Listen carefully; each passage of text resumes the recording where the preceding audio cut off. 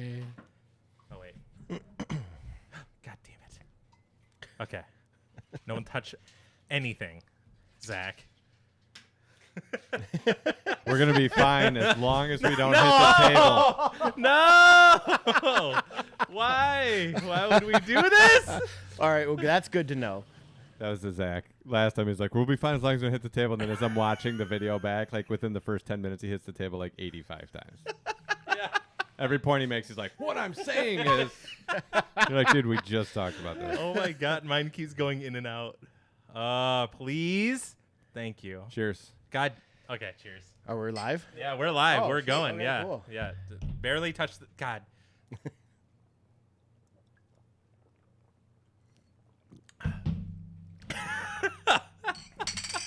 It fixed Living dangerously. That wasn't too Whatever. Is that the new one? Like nitric This oxide is, in or whatever? fact, that new. So this is packed full of stuff. So we'll see what happens. bad. Okay. Yeah. Good luck, Brandon. It was Guinea pig. This is 60% of the way up in cost. So like it's like you have the bottom ones, like your C4 or whatever the fuck it is. It's like $20, and then you have the high end ones that are like $50 or something. This is like somewhere. I think it's like $40 or something. Okay. 35 maybe. It's I don't know. tasty. It's Yeah, it wasn't bad. Yeah. Yeah. Easy to go down. We'll see. pineapple. I just got it. I got it because it had a bunch of stuff. Like there's only 2 on sale. One of them was total dog shit. And then this company was on sale, but they had like 25 different ones. So Yeah. I was like, well, one of them was no stim. And I was like, well, what are we doing here? Yeah. I don't know. You I don't know. gotta Can have we a just little get bit. straight up Drinking like banality? Heineken Zero. Yeah. So I was like, well, we'll get this one because it's like, it's just a mixture of stuff. So we'll see how it goes. Okay. The Sick. company seemed pretty good though. Yeah. So we'll see. Can I just make a note that I started after Zach and I still beat him? Yeah. Perfect. He doesn't have a lifetime of chugging though, because he's never No. been a big drinker. He never went to that phase. Yeah. You- Also, you guys smacked the table and then I said, "God damn it!" So, I mean, that's at least a whole second. Yeah. Yeah. You had a lifetime as Whatever. or you had a career as a bartender. So I'm willing Yeah. to bet. How many you've times have you snorted done some pre-workout? chugging. Snorted pre-workout? None. Okay, Yeah. good. Yeah. Dry scoop. I'm at yes. 1. Yeah. I'm still more dry scoops than you. All right. It's perfect. But it wasn't of your own volition. Dude, Wheezy looks so good on here. We got some new additions. Yes. I made a Wheezy thing, Oh, framed him up cool. and everything. Golden Wheezies. I gave you a couple. I have a whole bunch more that I'm still cutting and then in need of weeding probably like 100 or something Dude, that's that the I time, probably that's got cut. So time. I've had to weed. Yeah. Weeding sucks. yeah, I've reworked it a little bit just to make it a little like quicker because the original one had like a bunch of little pieces in it. So now it's like there's a couple big pieces and then like 2 little ones and I'm like done. Yeah, I noticed is that when I sweet, saw so. like they're a little bit fatter Yeah. in like certain spots than what the actual Yeah, design yeah. was. Yeah, Like, like okay, the ones cool. I gave you were the earlier ish ones, and Gotcha. then I did it again yesterday, and it's like I don't know, they came out really nice. So No, I'm stoked, man. I appreciate it. heck yeah, All right. So last week we had Jeff Bauman on. yeah, Who I credit with being the voice of reason, being level-headed, Yeah. always being able to look at the bigger picture, take a step back from what's going on.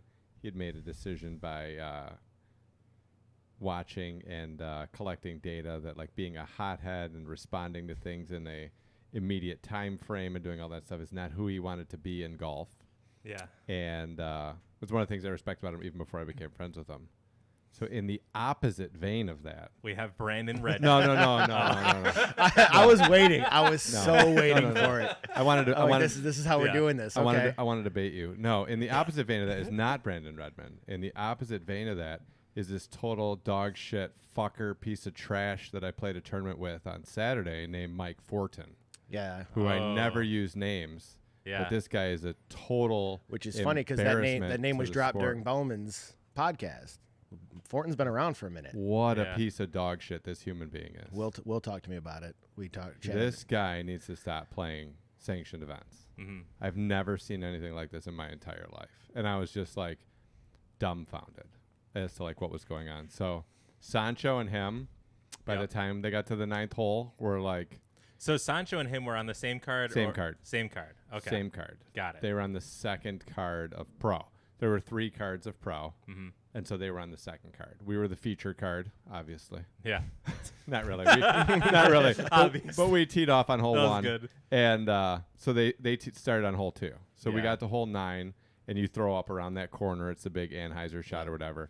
And so we all take our drives. My shot, the hyzer flip up the right side. Did you do it? No, they moved the out of bounds line. I knew about that. Outside of I didn't that. know if you were aware of that. So when I got to the hole, I was like, well, I'm not going to do that because it's not like then. It came like if you're on the tee pad facing the fairway, it came out left. Yeah. In that, so that whole right All side of there. that was- Yeah. Okay. Mahalik did that the last Indy tournament I played from him. Yeah. He brought that out more. Actually, he put a Mando up, which allowed not that shot. Yeah. So I know that with him and Cruz, like they Do the same stuff. a lot of the similar stuff. So yeah, I figured either Mando was going to show up again or they were going to shift stuff to either kill the GB issue or whatever. Yeah. So like, man, that takes away Darren's shot, and he pured it that time. It was so pretty. Yeah. So I've thrown it, and I've never not gotten through. I've never not, like, even when I caught the tree the one time, I still shot out left. But if you go out of bounds, you tee off from the short tee pad, not the drop zone. Oh. So you're only moving forward like 70 feet. That's the GB fix then. So at that point, I was like, yeah, I'm not going to do that. So I just threw a shot up the side. I turned it over a little bit too much, and then it rolled to the long grass. But I still had like a straight 160-foot putter shot to the actual landing zone, throw across, putt in, take the 4. So we all throw our drives. Then as we're walking up to our drives, Sancho starts walking over to us, and he's like, dude, call the TD. Like, I don't know what to do. This guy's trying to fight me on the course. Like, I don't deserve to be intimidated like this, whatever. And he's like talking and doing all this stuff. And it's kind of theatric, and it's kind of like just making a mockery of whatever is actually going on. And then Mike is like yelling at him. And then finally, like, Mike picks up his bag, walks across the bridge to where the green is, picks up 2 discs, which I assume are his shot and provisional that I think were both out of bounds. And then starts yelling back across the bridge at Sancho before Sancho throws, and then walks around to the path and then stands behind the big tree and is yelling from behind the big tree. So there's like Doug McIntosh. So Fortin hasn't finished the hole. He He's just he thrown picked up. He picked up. picked He's up. done. Yeah. He picked up Okay. and then stood there yelling after he had picked up. What is he yelling? Like, Fuck you. I can hear you from here. Oh. All this other shit. Okay. So then Doug McIntosh is putting on the other green that's just on the backside of that green. It's like 11. Yeah. Mm-hmm. So he's putting on 11 while this guy's yelling from this basket back to Yeah, and at that point, you're only like Sancho. 70, 80 feet away, maybe. maybe, yeah. Yeah. So then he's carrying a stool around and like lurking back and forth over on that side as Sancho throws. Sancho throws a great shot, parks it, whatever. And he's like, oh, he's going to be pissed now. That guy's so Fuck me, right? Fortin starts yelling at him over there. Then they walk across. They hole out. As they finish, then we go to throw our upshots. And I like shorted my upshot because I was like kind of worked. I'm like, what the fuck's going on? Whatever. Nobody's fault but mine. I short the upshot, whatever it is. Then we get up to our shots. After everybody throws their upshot, we got 4 dudes. We all throw our upshots. He's still on the other side by the tree. He didn't walk back He across. didn't leave it all yet? And he didn't leave. So Like they, your upshots to the corner. So now you guys are on the green, but he's on the green. No. We're They're about to throw across. Oh, they're about to throw We're across. about to throw across. Yeah. He's still But you over still on have the a body green. over there. Yeah. Yeah. And I don't know what he's doing. He's like lurking around. So And his card is already now to 10. yes. Okay. I don't know what happened in that pass through because I was throwing a shitty upshot. Yeah. So then whatever. So we get up to throw. I'm pinched on the corner. I'm not going to lay up 20 feet to get to the thing. So I try to throw. I don't hit my line. I land in the swamp. Perfect. So I'm laying 4. I have to throw 5, whatever. So the other guys throw. They get across, whatever it is. So I have the drop zone shot, and Corey Seelig had the drop zone shot. So I throw the drop zone shot. I throw it in, like just right from there. Little hyzer shot. Put it right in. Dude, like, pops his head out from behind the tree and was like, nice shot, man. And I was just like staring at him like, what the fuck are you doing? Yeah.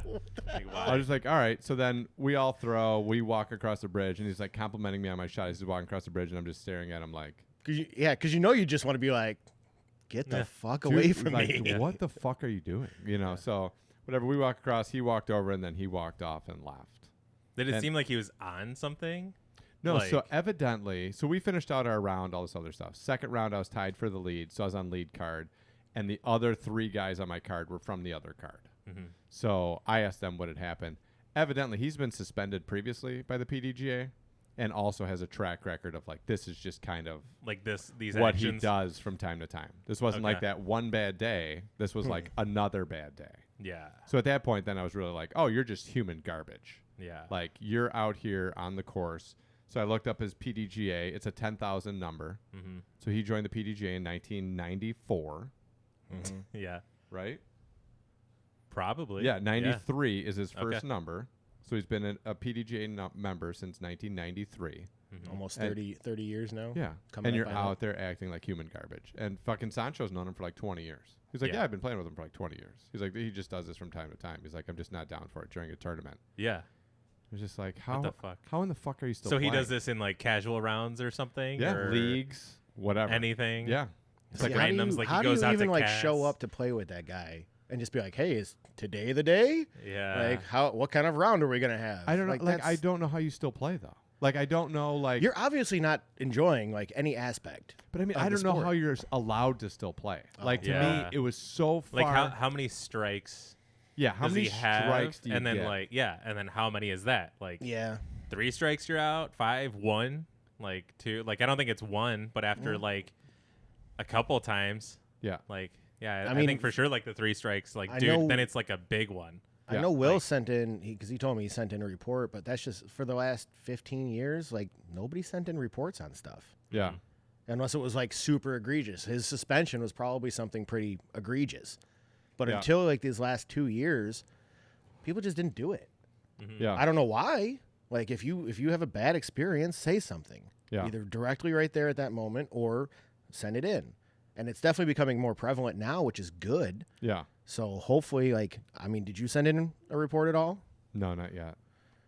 I mean, I've had a crazy week, but I'm, Yeah. I'm going to. I'm the one but that yeah, brought like, it up to Will. I mean, that's just it. 3 Yeah. or 4 or 5 come in. I mean, Yeah. we saw that with, I mean, I don't know if you want to say names, but we saw that with a certain FPO player. Yeah. Eventually, it just got to the point where the PDGA said, enough. Yeah. We're done. Like, Yeah. here it is. Shape up. Yeah. Maybe that's what it's going to be. Yeah, I don't know. I was just like dumbfounded. I was dumbfounded when Sancho was like, "This is what's going on." I didn't see the other human being, so I was thinking it was like a young kid or something like that just got worked up. And then when I saw it was like an older dude, I was like, "What the fuck's going on?" And then when I watched the whole thing go on, I was literally like speechless. Yeah. I was like, "What the fuck is happening?" Am I drunk right now? Yeah. Like what's I'm hallucinating. Like, yeah. Did I get stabbed by a peyote cactus? Am I- Like, what's happening? But no, it's just like it was so Holy. ridiculously unnecessary and affected so many people because you can't. Like it's not even like you missed like because you're on your 8th hole, Definitely Yeah. Kevin. so you've played 7 holes. Yeah. You made it 7 holes before total fucking meltdown. yeah. Like you shouldn't be out there. And So that was first round. that's what I'm saying. It's, You made it- it. yeah. It's not even like, you had kind of a shit first round, and now like you've taken 4 or 5 bad You tree kicks, rage and now quit you're like, before. God, like, it's it. No, Yeah. like, dude, our day just started. Yeah, you're on your 8th hole.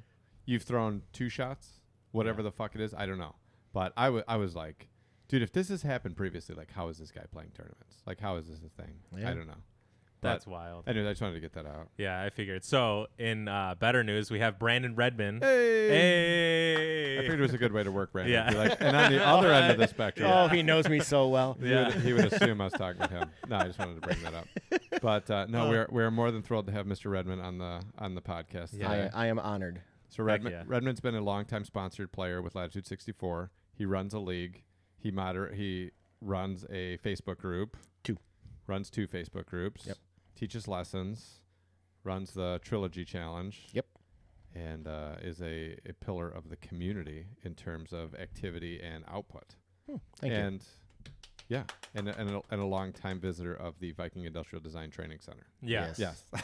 Worldwide. Worldwide. Yeah. Worldwide. Incorporated. Unlimited. Yeah. Yeah. And all those Just other keep things. adding Yeah. words. Whatever. So- TMCC. Yeah. Yeah. So as tradition on here, we took the pre-workout, and then as second tradition here is to tell us your becoming story of how you got into disc golf, and then from there how it got to be like where it's the thing that you do. Okay. So the becoming story was 2008. Late 2008. I don't really consider 2008 my start year because it was like August. Like Okay. The season was done kind of thing. And I just started out casually. So it was a buddy of mine who told me he was going out to Stony Creek to golf. And I know that there's a golf course there, but Which is brutal. Is it? Oh yeah. Really? Oh yeah. Brutal in terms of challenge? Yeah, Or it'll fuck you up. Really? Yeah. I was thinking I went out there to play. I've never seen it. What was the course? Stony Stony Creek. Creek golf Stony- course. oh, okay. The ball golf Yeah. course. Oh, gotcha. I went out there one time to play Yes. like first round of the year, and I was like, oh, it's a metro park. It's good. And it just owned me. Really? Yeah, it's hard. No Really? shit. I never would have guessed. Oh, it's That's a tough wild. course. Never yeah. would have guessed. Yeah. Yeah, well, all the disc golf money I think goes to Goes to that one. disc I golf. don't know. There's courses. a turkey that hangs out on one of the greens, and he'll fight you. Like, if you hit, I'm serious. If you like overshoot the green, you get over there, he'll like puff the feathers on it. Really? Yeah, 'cause you know That there's shot sucked, dude. you know there's all those turkeys out there. Yeah. The golf course, like Yeah. the one. It's the one you like shoot. It's I a wonder par if that's 3. where they all live. Is I on the don't know. golf That course one there. motherfucker lives there though. He'll get you. All right, so you go out to your buddy's Yeah. going to So, Stony. and I know like Sean wasn't a golfer. Yeah. You know, shout out to Sean Wolf. He's living in Florida. He'll probably never watch this, but I'm like, what are you doing going out to golf? Yeah. Like, you're not a golfer. Yeah. He goes, no, disc golf. I'm like, what the fuck is disc golf, man? He's like, what do you got going on tomorrow? I'm like, nothing. He's like, show up at my place. We'll go. I'm like, all right, fine. So we get to Stony, like, and typically, like, whenever I went to Stony and I turned right, I was going to Bay Point. So I'm going, like, all the way around. Never even looked to where the disc golf courses were. Yeah. I had no clue that they were there. We drove past them all the time. All the time. All the time. Never read sign, nothing. Like, Yeah. Never whatever. seen the basket. Never Nope, nothing. not at all. So we get there, pulls in over here, hop out of the car, hands me Frisbees.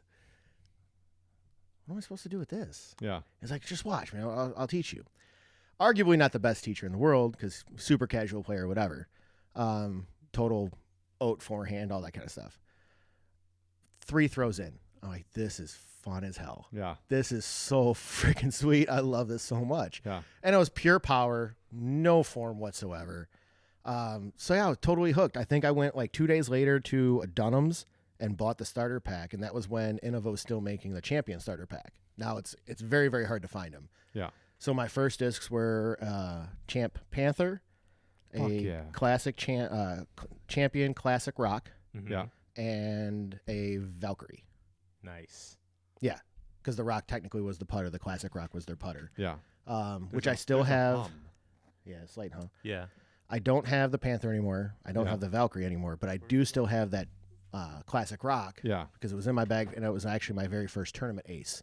Really? So that is written on and stored away in my collection. So it's my very Yeah. first tournament ace was that one. Little did I know that 10 years later that's like a $90-$100 disc, Yeah. the champion version. So yeah, I got my starter pack. Like he gave me a couple and just started playing as much as I possibly could, and eventually got to the point where he had been playing for 7 years, and I started to get close to him Yeah. in terms of score. So I'm thinking I'm kind of hot shit. Like, cool. Like, I'm going to play my first tournament. Like, Right. I know that started getting involved in there. Chain Gang was running the Crosstown Classic and Turn Up the Heat, that kind of stuff. So my first tournament ever was Crosstown Classic in early 2010. And I got my ass handed to me. Yeah. Straight up ass handed to me. Because everybody actually has form. Yeah. I've spent like the last year just like going out and doing the whole like Just 6-pack hugging of it. beer and 6 discs. Yeah. Like, cool, let's do this. Yeah. And just owned. And that was What like division? AM3. Like, okay. Yeah, AM3. So I mean that was when I first met like Capone, Toki, Schulte, like met all those guys. Yeah. And from that forth, like I immediately like I got my PDGA number and was like, this is what I'm gonna do. Like I've always been a competitive person. I never really played organized sports outside of soccer when I was younger. I'm like, but this is I'm cool with this. Like let's going all in. Yeah. So from that moment, it was like, okay, I'm going to be like the best disc golfer I can possibly be, and reworked my backhand form for like the whole 8 months of that summer and everything like that. And it was now it's 2021. I've been with Latitude 64 since 2013, which was I'm super grateful and thankful and lucky to Yeah. have that sort of stuff. I've played in, I think I'm almost to 200 events, which is pretty sweet. Nice. A few victories. I've won in every division I've played in. Yeah, like, pretty much it. I mean, Made a little life for yourself. a little bit, Yeah. a little bit. Bit of a frisbee kid. Bit of a frisbee kid. I have an entire bedroom dedicated to. I don't. Darren's got the basement. I have my second bedroom in my apartment that has all of my. It's literally like the only thing that's is not in Is there that a room. shrine in there? There is not. Actually, correction.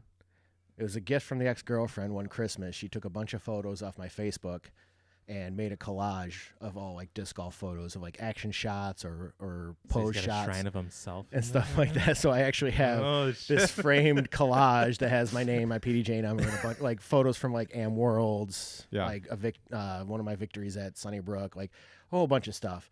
But it's still kind of cool. So Yeah. it still is Awesome. hanging up in the room, Yeah. and it's just like, okay, well, that's kind of sweet. Got Yeah. a couple banners up in there and stuff. So I had a funny idea yesterday when I was watching TV with Gabby Uh-huh. of once I actually like have money somewhere that I'm gonna get her like a picture of like my head superimposed on like something.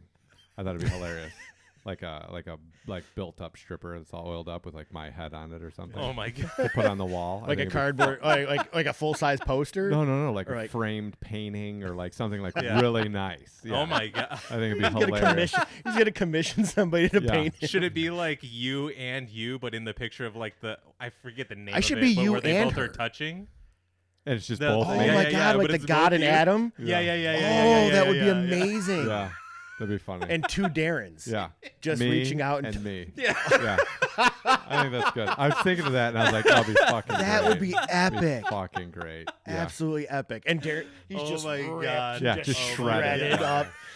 Yeah. One of them on black. Have Not him, a You know what I mean? But double not Should my he- face. Like my face is still white because I should don't want to should they offend be anybody. handing a disc to each other instead of just No, pointing no. fingers? They're or like- both like this, but they're both holding it like, check it out. Yeah.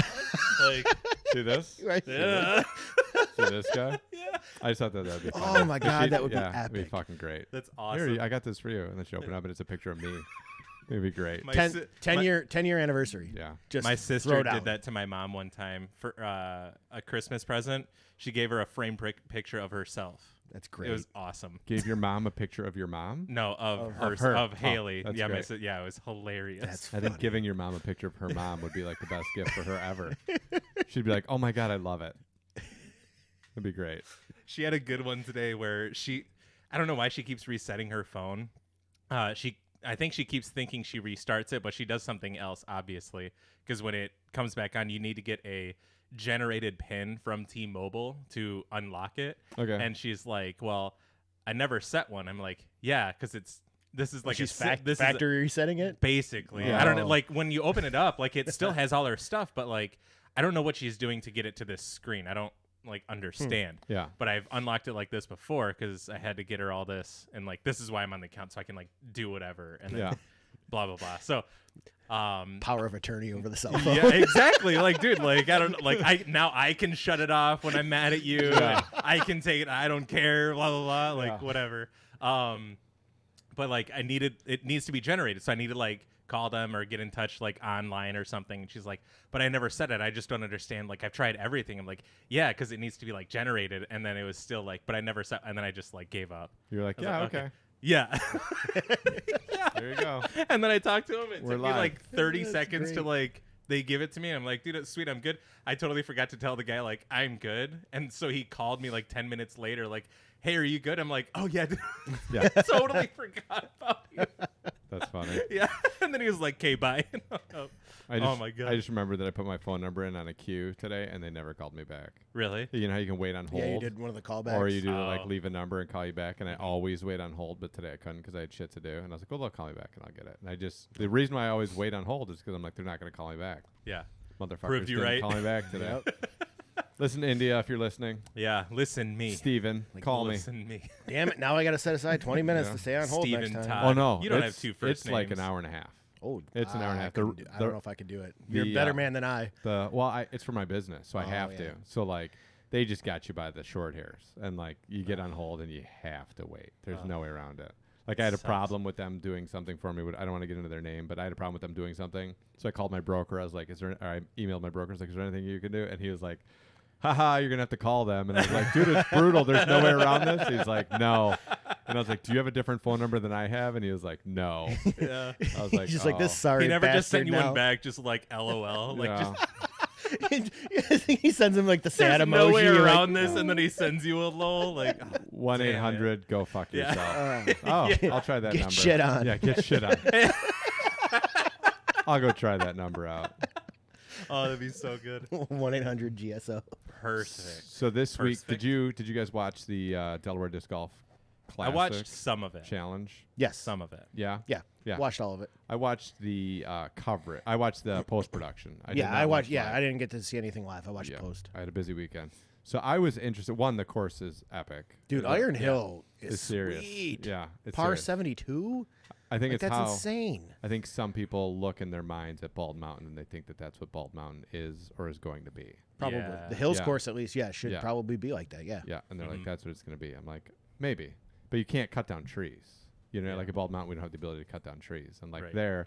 there's a lot of trees, but there's still like, you know, fair lanes and stuff like that. But we ran into Connor O'Reilly at Northridge when we did leagues 2 weeks ago. Oh, really? When he's Yeah. up for D-Glow or something. Yeah, it was after D-Glow, but he was like, we went up there on a Tuesday, and he was Mhm. sitting up there in his van. It was a Latitude van, and we were like, who the fuck is that? That's who that Really? was then. Yes. Who was it? You? Somebody reached out to me. They're like, "Hey, who?" It might have been Wasn't Brian me. Sweet, actually, because Sweet's always doing stuff. Yeah. Like, who's still in Michigan with a Lat van? I'm like, it might be Tristan. Like, I know, he was Well, up. Like, that's what we were thinking. It We might were like, still. oh, He dude, might still be hanging around. It was Yeah. Connor then. Okay. we thought it was like Tristan or somebody, you know what I mean, or like Keith or whatever. Yeah. So we were like all excited. And then I looked over. I was like, I don't even know that fucking guy. Yeah. So I didn't go over and talk to him. But GSO. Who are you? one of the guys from our group went over and talked to him or whatever. And I think whatever they were just asking about it and yada yada. And then when he was in the lead, they were like, oh, dude, that's the guy that was from Northridge. I was like, oh, sweet, that was good. Yeah, it's pretty impressive in terms of like he's never had a top 10 at an A tier, and then won a national. Never won tour event. anything over a B tier. Yeah, And well, then wins it. never had a top 10 even. No, in an A tier. nothing. And that last round, like it was just butter sauce, dude. To, Like his throw is so effortless and was just like my God. right in the fucking middle the entire time. Yeah. Yeah, it was I was crazy. shocked. Like watching this kid, because all the it's still back here. You're playing It had against to have Ricky. been. You're playing Ricky against is Ricky. chasing you down. Yeah. The only person worse is Paul at this point. And every Or single Dickerson or something Yeah. crazy, you know, everything he threw. was money. And there was no there might have been slight hiccups and mistakes, whatever. Yeah, He never went on tilt. yeah, Never got everything else after. Okay, slightly offline. This one's just going to go right there. yeah. And it was perfect. All of his tee shots though is so And it actually clean. was cool to watch to me, because Ricky's an amazing scrambler, and Yeah. Iron Hill's all about scramble game, really, Yeah. because you're never going to be truly clean off the tee pad, Yeah, fully. Watching Ricky get as aggressive as he was getting, and making the mistakes, like he's not used to being in this, because I'm sure, I don't know for sure, but I would guess Rick might be looking at this like, who's this guy? right. This I guy, get- this guy shouldn't be beating me. right. He's 40 points below me. I'm Ricky Wysocki. That's totally valid. Yeah, I can see that's totally valid. And he pushed on like every single hole. And like, you're making non-Ricky shots right now. yeah, It is very obvious to me, at least, like you are not playing Ricky Wysocki golf. yeah. You are playing something completely different, and it's costing you. Really? He had a lot. Ricky was a little on tilt. Yeah. He was good the front 9. Yeah. He got that eagle. Everything Yeah. was good. He was fucking killing it. He went like birdie, bogey, then like 3 birdies I think so. or 4 birdies, and then a par and an eagle. And it was like, fuck, Yeah. he's running him down. He's within 3 Yeah. strokes. The other guy's doing like, he started a little rocky, and then he got like 4 birdies in a row or whatever, and he was like catching up to him. And then Ricky just couldn't get off the tee. Like he Really? just fucking like kick left. Yeah, it was kick left. Yeah. Kick left. Like every fucking tee shot. Well, and the one, I think it was, I want to say it was like 15 or 16. He threw one, like imagine like hole 8 at Addison Oaks. Yeah. Okay. The shot is to be like inside, Mm-hmm. have something flip up and kind of ride that corner. But you have to commit to that inside. Like you're basically throwing it at a bush. yeah. Yeah. And then you're going to miss it. Yep. That was the kind of shot. I don't remember the hole though. And Rick just straight up was like, nope, we're going like left. It came out so early and so off target. I'm like, whoa, Yeah. that's like an amateur Really? throw. Yeah, like there it was was a few. bad. Yeah. Then he'd throw some crazy fucking Oh yeah, it's, forehand Annie into a roller down the fairway and like get back Have up a there. putt, make the putt. Yeah. it was pretty wild to watch. Jeez. Yeah, I think I watched all the first round with Gate when they had MJ and Luke Humphreys and whatever on there. MJ Yeah. is so awesome. And then like a bit of the second round. Yeah. And then I started watching some untold documentaries on Netflix that I like. Dude, I got really sad in a couple of them. I don't know Yeah. if you guys have even seen them on Netflix, but it's just like a little docu-series. One of them was Malice at the Palace. Yeah. So that I was wanted like- to watch that one, but I've heard that it is incredibly Slanted. pacer Yeah. slanted. Okay. Incredibly pacer slanted. Yeah, Which it's is kind of one side, disappointing. but, like 'cause- even still, it's still just like a hugely like wild, Oh, sad. yeah. Like it's Oh, yeah. crazy. Like it's all of it's crazy. The one that was was the Caitlyn Jenner one. That was the first one that I watched. I was like, do whatever. It just popped up, and I was like, fine. Like I like watching a good documentary, and then like I don't really know like I knew a little bit about it, and like maybe this is a good like intro into it, and it was fucking crazy. Yeah. Like I totally forgot that it like super athlete whatever, and then like the whole story behind it, and I was like just watching like the clips of what he was doing at the time and everything was like kind of insane. Yeah. Of like everything. I don't know, they're all really good. You ever watch the Dark Side of the Ring documentaries? No, I You haven't might Oh, seen have. I've watched some of Dude, them on I pro got wrestling. sucked into that. Yeah. So, dude, Dark Side of the Ring. You were a wrestling fan growing up, weren't you? a little bit. Okay. Dark Yeah. Side of the Ring series is incredible. Okay. Absolutely incredible. Even for like a fringe wrestling fan, because you're not going to know some guys like Bruiser Brody or something like that from like way back. Mhm. But like they did it was a 2-parter on Chris Benoit, Epic. Eddie Guerrero. Dude, Yeah. they're man, I got sucked into those for like 3 straight days. Like I got home from work and like I gotta watch the next one. Gotta watch the next. They Really? did such a good job, and Yeah. they got a hold of stuff that like WWE wouldn't release. Mhm. So they've got footage from some stuff, but WWE also wouldn't endorse them. So it's not official WWE stuff. It's like a third-party deal. So it's really kind of like unique on how they were able to tell the stories. It's great. Wild. Absolutely great. Chris Highly- Benoit's great story. Yeah. It was. Yeah. He told her once. Anyways, I don't need any more, I Oh feel my like. god. when CTE meets a lot of steroids, Yeah, oh, the no. whole Oh my family God. dies.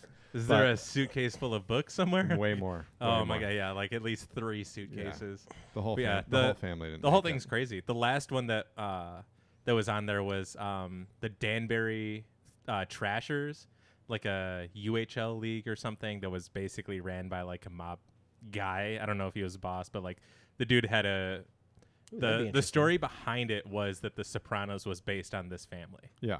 or something like that. Like had a trash business, like shit ton of money. Like he bought his son played NHL, was like really good. Someone like sucker hit him, whatever, and like snapped his leg. He was done, and he was super bummed out. And his dad was like, you know what? I'm gonna buy you a hockey team. I'll make you a team. He was a 17-year-old president, CEO of this NHL or UHL team, and then just got a bunch of like savages on the ice to just like the first game. The dad came to I forget the guy's name, but he was known for just getting into like bloody fights and just like breaking, like Kyling everybody. Yeah. And he goes up to him the first game. He's like, when the puck drops, just start hitting him. So the puck drops. He throws his gloves off, whips his helmet off, and they just get into a crazy fight. Crowd goes wild, and this turns into like this is just what it's known for. Like Yeah. they were really good in the league, but also just you go there just to watch like madness, chaos happen. So it's kind of Yeah. like it was slap crazy. shot. It was. If- I haven't seen that. You- I You've have never not. seen Slapshot? Mm-mm. I haven't. If you go back to the original professional basketball, they were called cagers, and they Okay. used to have like chicken wire around the court, and like Really? people would just like throw stuff at them. Yeah, it was like madness. Really? Yeah. What? Oh it my was like god! just didn't know total this. like, when was this? the beginning of professional basketball. Which is So like I have no 19, idea. Okay. like 1920 or something Yeah, like probably that. like early 1900s. Yeah, it was just like savage. Just like okay. like if you go back to like what 50s hockey, it was like 50s Okay. hockey but basketball. Okay. Yeah, it was just like nonsense. Like, Yeah. like you were at the game to like get trash, get rowdy. You know what I mean? It was like a country bar. That's Yeah, wild. but there was basketball. Yeah, they had Those are on Netflix. You said. yeah. All right, There's I'll a have to- there's a new one coming out too that seems interesting. I forget it's what it was about. but, Untold Stories. it's just look up Untold, and they're like Okay. individual, but they don't Okay. have it as like per episode. It's like individual. Oh, gotcha. All right, They're like I'm an gonna have to hour and look a that half. one up because that one is intriguing to me. Yeah, it's sweet. They so there's a guy who played for New Jersey Devils, Christopher Dunn, maybe. I don't know. Last name starts with a D. He had just won a Stanley Cup with the Devils or whatever, and then was known for like savagery, like basically Cronwalling is what it looked like. Yeah. And then AJ, who is the 17-year-old, was like, we need him on the team. Like he just like it popped into his head, and his dad just made it happen. And Yeah. then now he's like, dude, like I get recognized more playing for the Trashers than playing and winning. The Like, Stanley Cup. yeah, he was like, they were at a bar celebrating, and people were like coming up to him, blah blah blah. And it's like, dude, I was just down the road like not too long ago. I won a cup, like. Yeah. But everyone like, dude, UHL Trashers, you're fucking awesome. Yada yada. Yeah. They're so good. That one was hugely entertaining. All the other ones were wild. Like, Well, maybe Mike Fortner watched that documentary and was like, I'm going to bring this to disc golf. yeah, I'm going to be known as the guy that like starts fights, throws down in like disc just golf. fucking gets into it, you know? Yeah. Like Yeah. in Southeast Michigan in a field of 11 at Indy, I'm going to go out there and I'm a going to C do tier. that at a C tier. And I'm going to Yeah. I'm going to throw down. Okay, Yeah. that seems dope. Maybe. I guess. What a plan. Yeah. The second plan. round, the second round of Indy, I get done. I get to the truck, put my stuff away. We're already paid out. Is we this do- the pace you're going at it we too? we do doing the all- ace pull throw yeah. off. Yeah, literally. Okay. It's 30 minutes. We're done. Fucking Corey Seelig and Matt Clark. Clark are already home for sure. Okay. And we're like hanging out, right? Like the parking lot's like 3/4 empty. And I'm like, where the fuck is Will? So I get on my phone. I look. They're not done. They're still not done. Really? He's not done. So I called him and I'm like, dude, what the fuck is going on? Where are you? Yeah. He's like, we're finishing up right now. I'm like, dude, there's like 5 cars in the parking lot. Like, I've been done for 45 minutes. What time is it? I'm ready paid out. Ish. It's like 6 something. I'm like, what the fuck? So evidently they had a card of 3 because Fortner got the boot or quit or whatever. So they had 3 on that card. And one guy didn't come back for the second round. Okay. So then they had 2. So they had to split up. Yeah. Yeah. So one guy dropped back because he was on third card. So one guy dropped back to second card, Mhm. and then they played with a 5-some. And then Will went forward 2 holes to play with the M1. Yeah. So then they played with a 5-some. Okay. And it just proved to be a lot of looking for discs and Oh my slow god. pace and whatever. So when he got done, I had literally been like when he finally made it all the way back. Like I called him. They finished on, I think the hole that you That missed. I missed. Yeah. Okay. So they had to walk all that way back. Oh my god. After finishing. So he got done and I was just like, dude, this is crazy. Like Oh my god. I've been done for almost like, I've at least been done 45 minutes. He's Yeah. like, yeah, so you know, this and that, whatever. I was just like, Dude, that's wild. it was nuts. That's a long time. That is just a Yeah. long day. Yeah. Even, Holy what's crap. that? Mark was asking, he's like, where's Will at for like the pros? And I was like, oh, they're still out there. He's like, what? I was like, yeah, they had to split up because Will told me what happened. I was like, they had to split up, so he's playing with the M1 card. He's like, oh. I was like, yeah. This is Yeah. Oh my crazy. God. That's what he told me, like, I had to run like 3 holes forward to try to get the other guys. He's like, it's the first Yeah. time I got to play with Doug.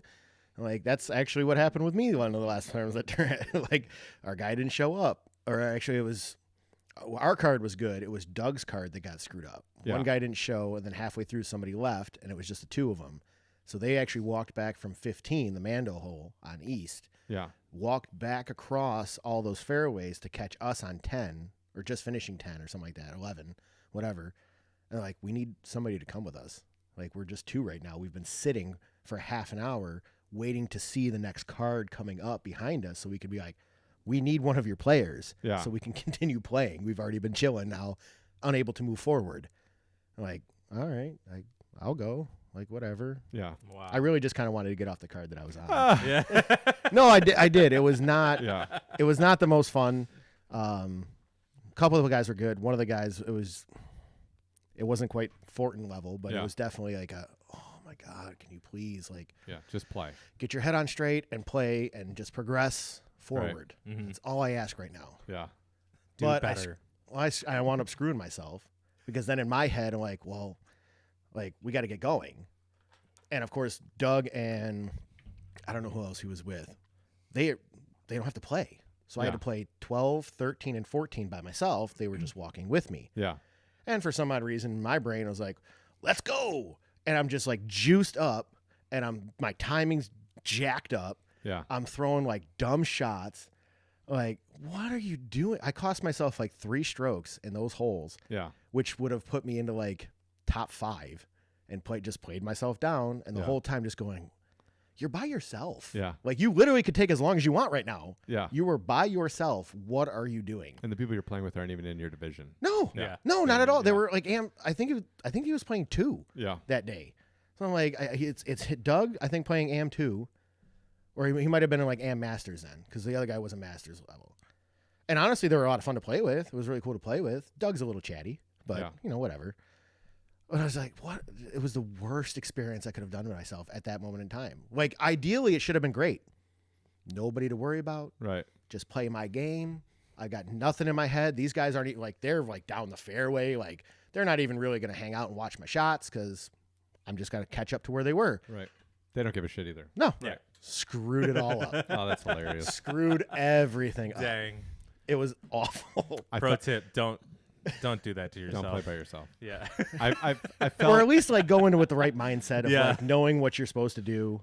Take a and breath. Take Or exactly whatever. Yeah. I felt pretty good watching the Delaware because of like the number of throws that people hit a tree right in fucking front of them. Oh yeah, That was I saw like 4 shots were literally like they hit a tree. it's like 10 feet. Yeah, Boom. right in front of them. Wow, They're like you- lining really? up a forehand and then they throw it and it's like dink and you're like What was it? Was it? I think it was Hannum. Hannum had one Hannum had a good where one. and he's got the cannon forehand too. He actually progressed, but it was legit like from me to Darren away, Yeah, he hit and the he's tree got right in front airspace, and it just wham right off the left side, immediately out of his Really? hand, boom, and took Oh off. my like, god! But he ooh. did have a fucking nasty ace. Oh, that ace was that sick. ace was so Yeah, fucking gross. Probably the best forehand ace of all time. dude. Yeah. Yeah. This is so nasty. Well, Ricky's walk off was pretty Yeah, sick. because of the the situation. situation. Okay. But I mean in Mhm. terms of like Oh, the in terms of the whole shot ace, and everything. yeah. Yeah. oh, for sure. Yeah. Because Yeah. like watching the hole with other people like in the tournament because I saw that he'd aced and I watched the video and then I watched the final round and like dude people jack that drive and you're Mhm. still not there. You're still not like No, you're oh. not in the circle. And that Yeah. drive was like shoom shoom boom ace. Nasty. And arguably, in my opinion, hardest shot to throw. Like a lot of people have issue with throwing straight. That dead straight, flat is a very difficult shot. To me, the hardest shot to throw is a forehand turnover. Yep. Because it is so touchy. Yep. Too much power, you bank.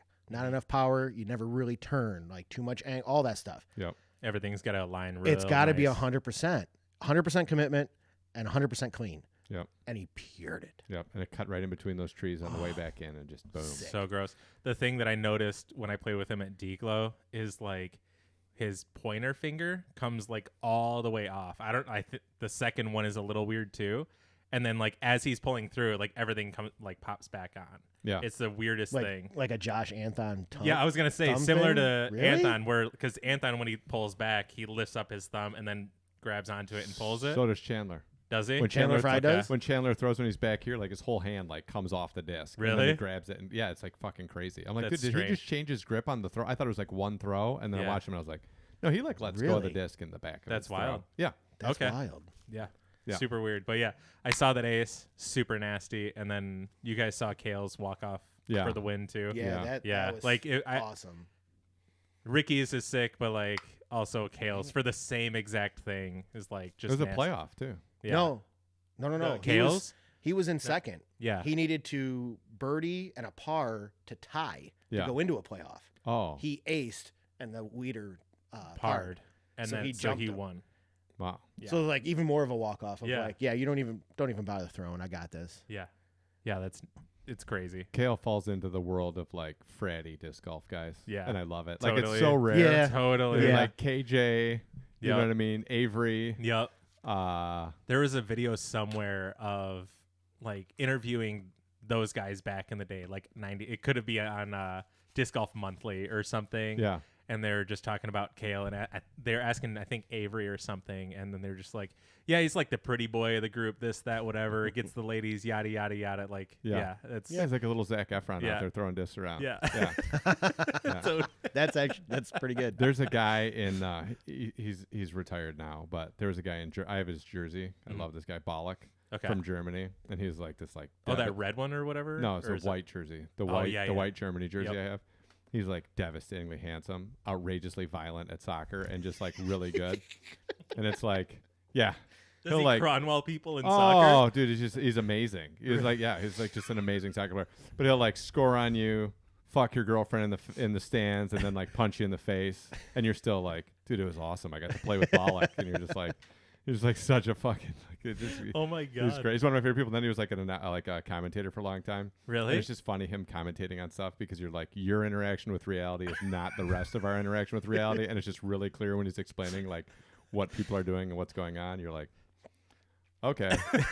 It'd be like Eagle talking about how to play a course. You're like, hey, I just throw the forehand off the tee shot here, and you're Yeah. like, yeah, me too. Sure. Yeah. Okay. Yeah. Oh yeah. I Just guess like so. that up hilarious. position, and we just put this grenade 300 feet up in the air. You know, Yeah. no big Yeah, deal. yeah. I got Oh, it. yeah, Yeah, yeah. ease- I ease totally peas. saw that line. I'm gonna have to watch some of this guy later, I think. Yeah, Bollock. Okay. Yeah, All right. he's awesome. Amazing. Yeah. I was I'm just trying to think. I was happy with the Delaware. I thought it was good. I was happy that he won. I liked that the idea that like one of the top guys won, and during the post production they were talking about like in a course like that, it kind of levels the playing field from just the guys that can straight throw up a equalizer. fucking mile. Yeah. You see Yeah. the same thing at W.R. Jackson. W.R. Jackson's like equalizer. Yeah. Because you're not going to get clean. Yeah. You're going to have some issue. Idlewild's similar, but you still have some open at Idlewild. Yeah. There's still like some open spots, and then some of the holes are like still kind of just straight distance. Where like that one is not. No. There's no like, it'll be interesting to see if anybody repeats at well, I guess you play Emporia too, so I guess that the mix with what was that, Ledgestone, Mm-hmm. where you play that course. Yeah. Like I guess because you also are playing Oh, no, Emporia. Black. Yeah. Northwoods? Yeah. But Yeah, if you that'd be just had wild. a tournament on there, it'd be interesting to see if you ever had people repeat, because they were saying Oh, like, just on Northwood? yeah, like if you just played Black, like for a Yeah. whole tournament. I think Yeah. that'd be a super sweet tournament. Yeah. Like just that course, like for a 2-day event type deal. Yeah. That'd be kind of wild. Yeah. Just take some Valium. Make sure Mike Fortner's not going to be there. Go out and play. Rip some beta alanine when you need to. Yeah. I think you're going back to like the Bald Mountain thing. I think that is my like personal, like that's prime. Yeah. Like the way Iron Hill is laid out, like I'm totally 100% cool with that. Yeah. Everything is fair. It's all right there. You just have to execute your shot. Yeah. But it's not gimmicky woods, which is what we see a lot in Michigan or even like Northwoods. But Northwoods is still young. The Black is still young. So I won't say it's gimmicky. It just hasn't been beat up yet and like defined. Yeah.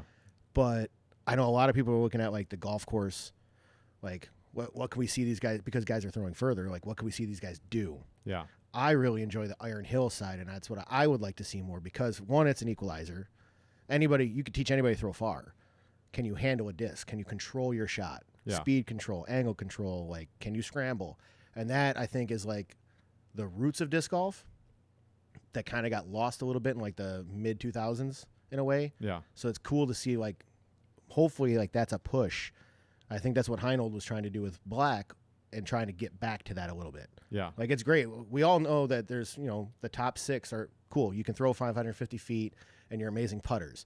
But what happens when you can't get more than 350 feet down the fairway? Yeah. Let's see. And that I really enjoyed watching Delaware a lot. Yeah, what I like obviously for me to play, I'm not a big like let's go play a golf course because like I'm just gonna get my ass handed to me, like especially if it's like 700 feet and over on the holes, because then my upshot's coming in from or like I guess 800 feet and over, right? Because then like your putt for 3 is really close, and mine's gonna depend on some sweet upshot, and eventually I'm gonna miss one, But I kind of like the progress of the season of like early in the season playing like big golf course, open wide bomber courses, and then moving Memorial Heiserfest. and then moving from like out west with these big open like bomb the shit out of it. And you always watch like the beginning of the year when it's Goat Hill and it's like Barella and fucking what's his name? Oh, Maricopa too. Maricopa's the same way. It's just open. Yeah. But when you watch those guys like early in the season, you're like, all right, cool. And then you slowly watch like the season progress into like tighter and tighter, and then by the time like you get later in the season, when you're trying to make moves and do all that stuff, like it's a lot fucking tighter. I enjoy the progress because it's good to watch. Like I like watching. It's not my game, but I like watching those guys like just fucking bomb just the all shit out, out of stuff, and you're like, okay, cool. For sure. And watching the Majestic this year on that course that they put in, or not the Majestic, in what? Preserve? Oregon. Oh, What was it? Portland. The Portland Open? What was Did they what have- was the one that they did in 40? And it was like 40 days or something that they put it in. that was preserved.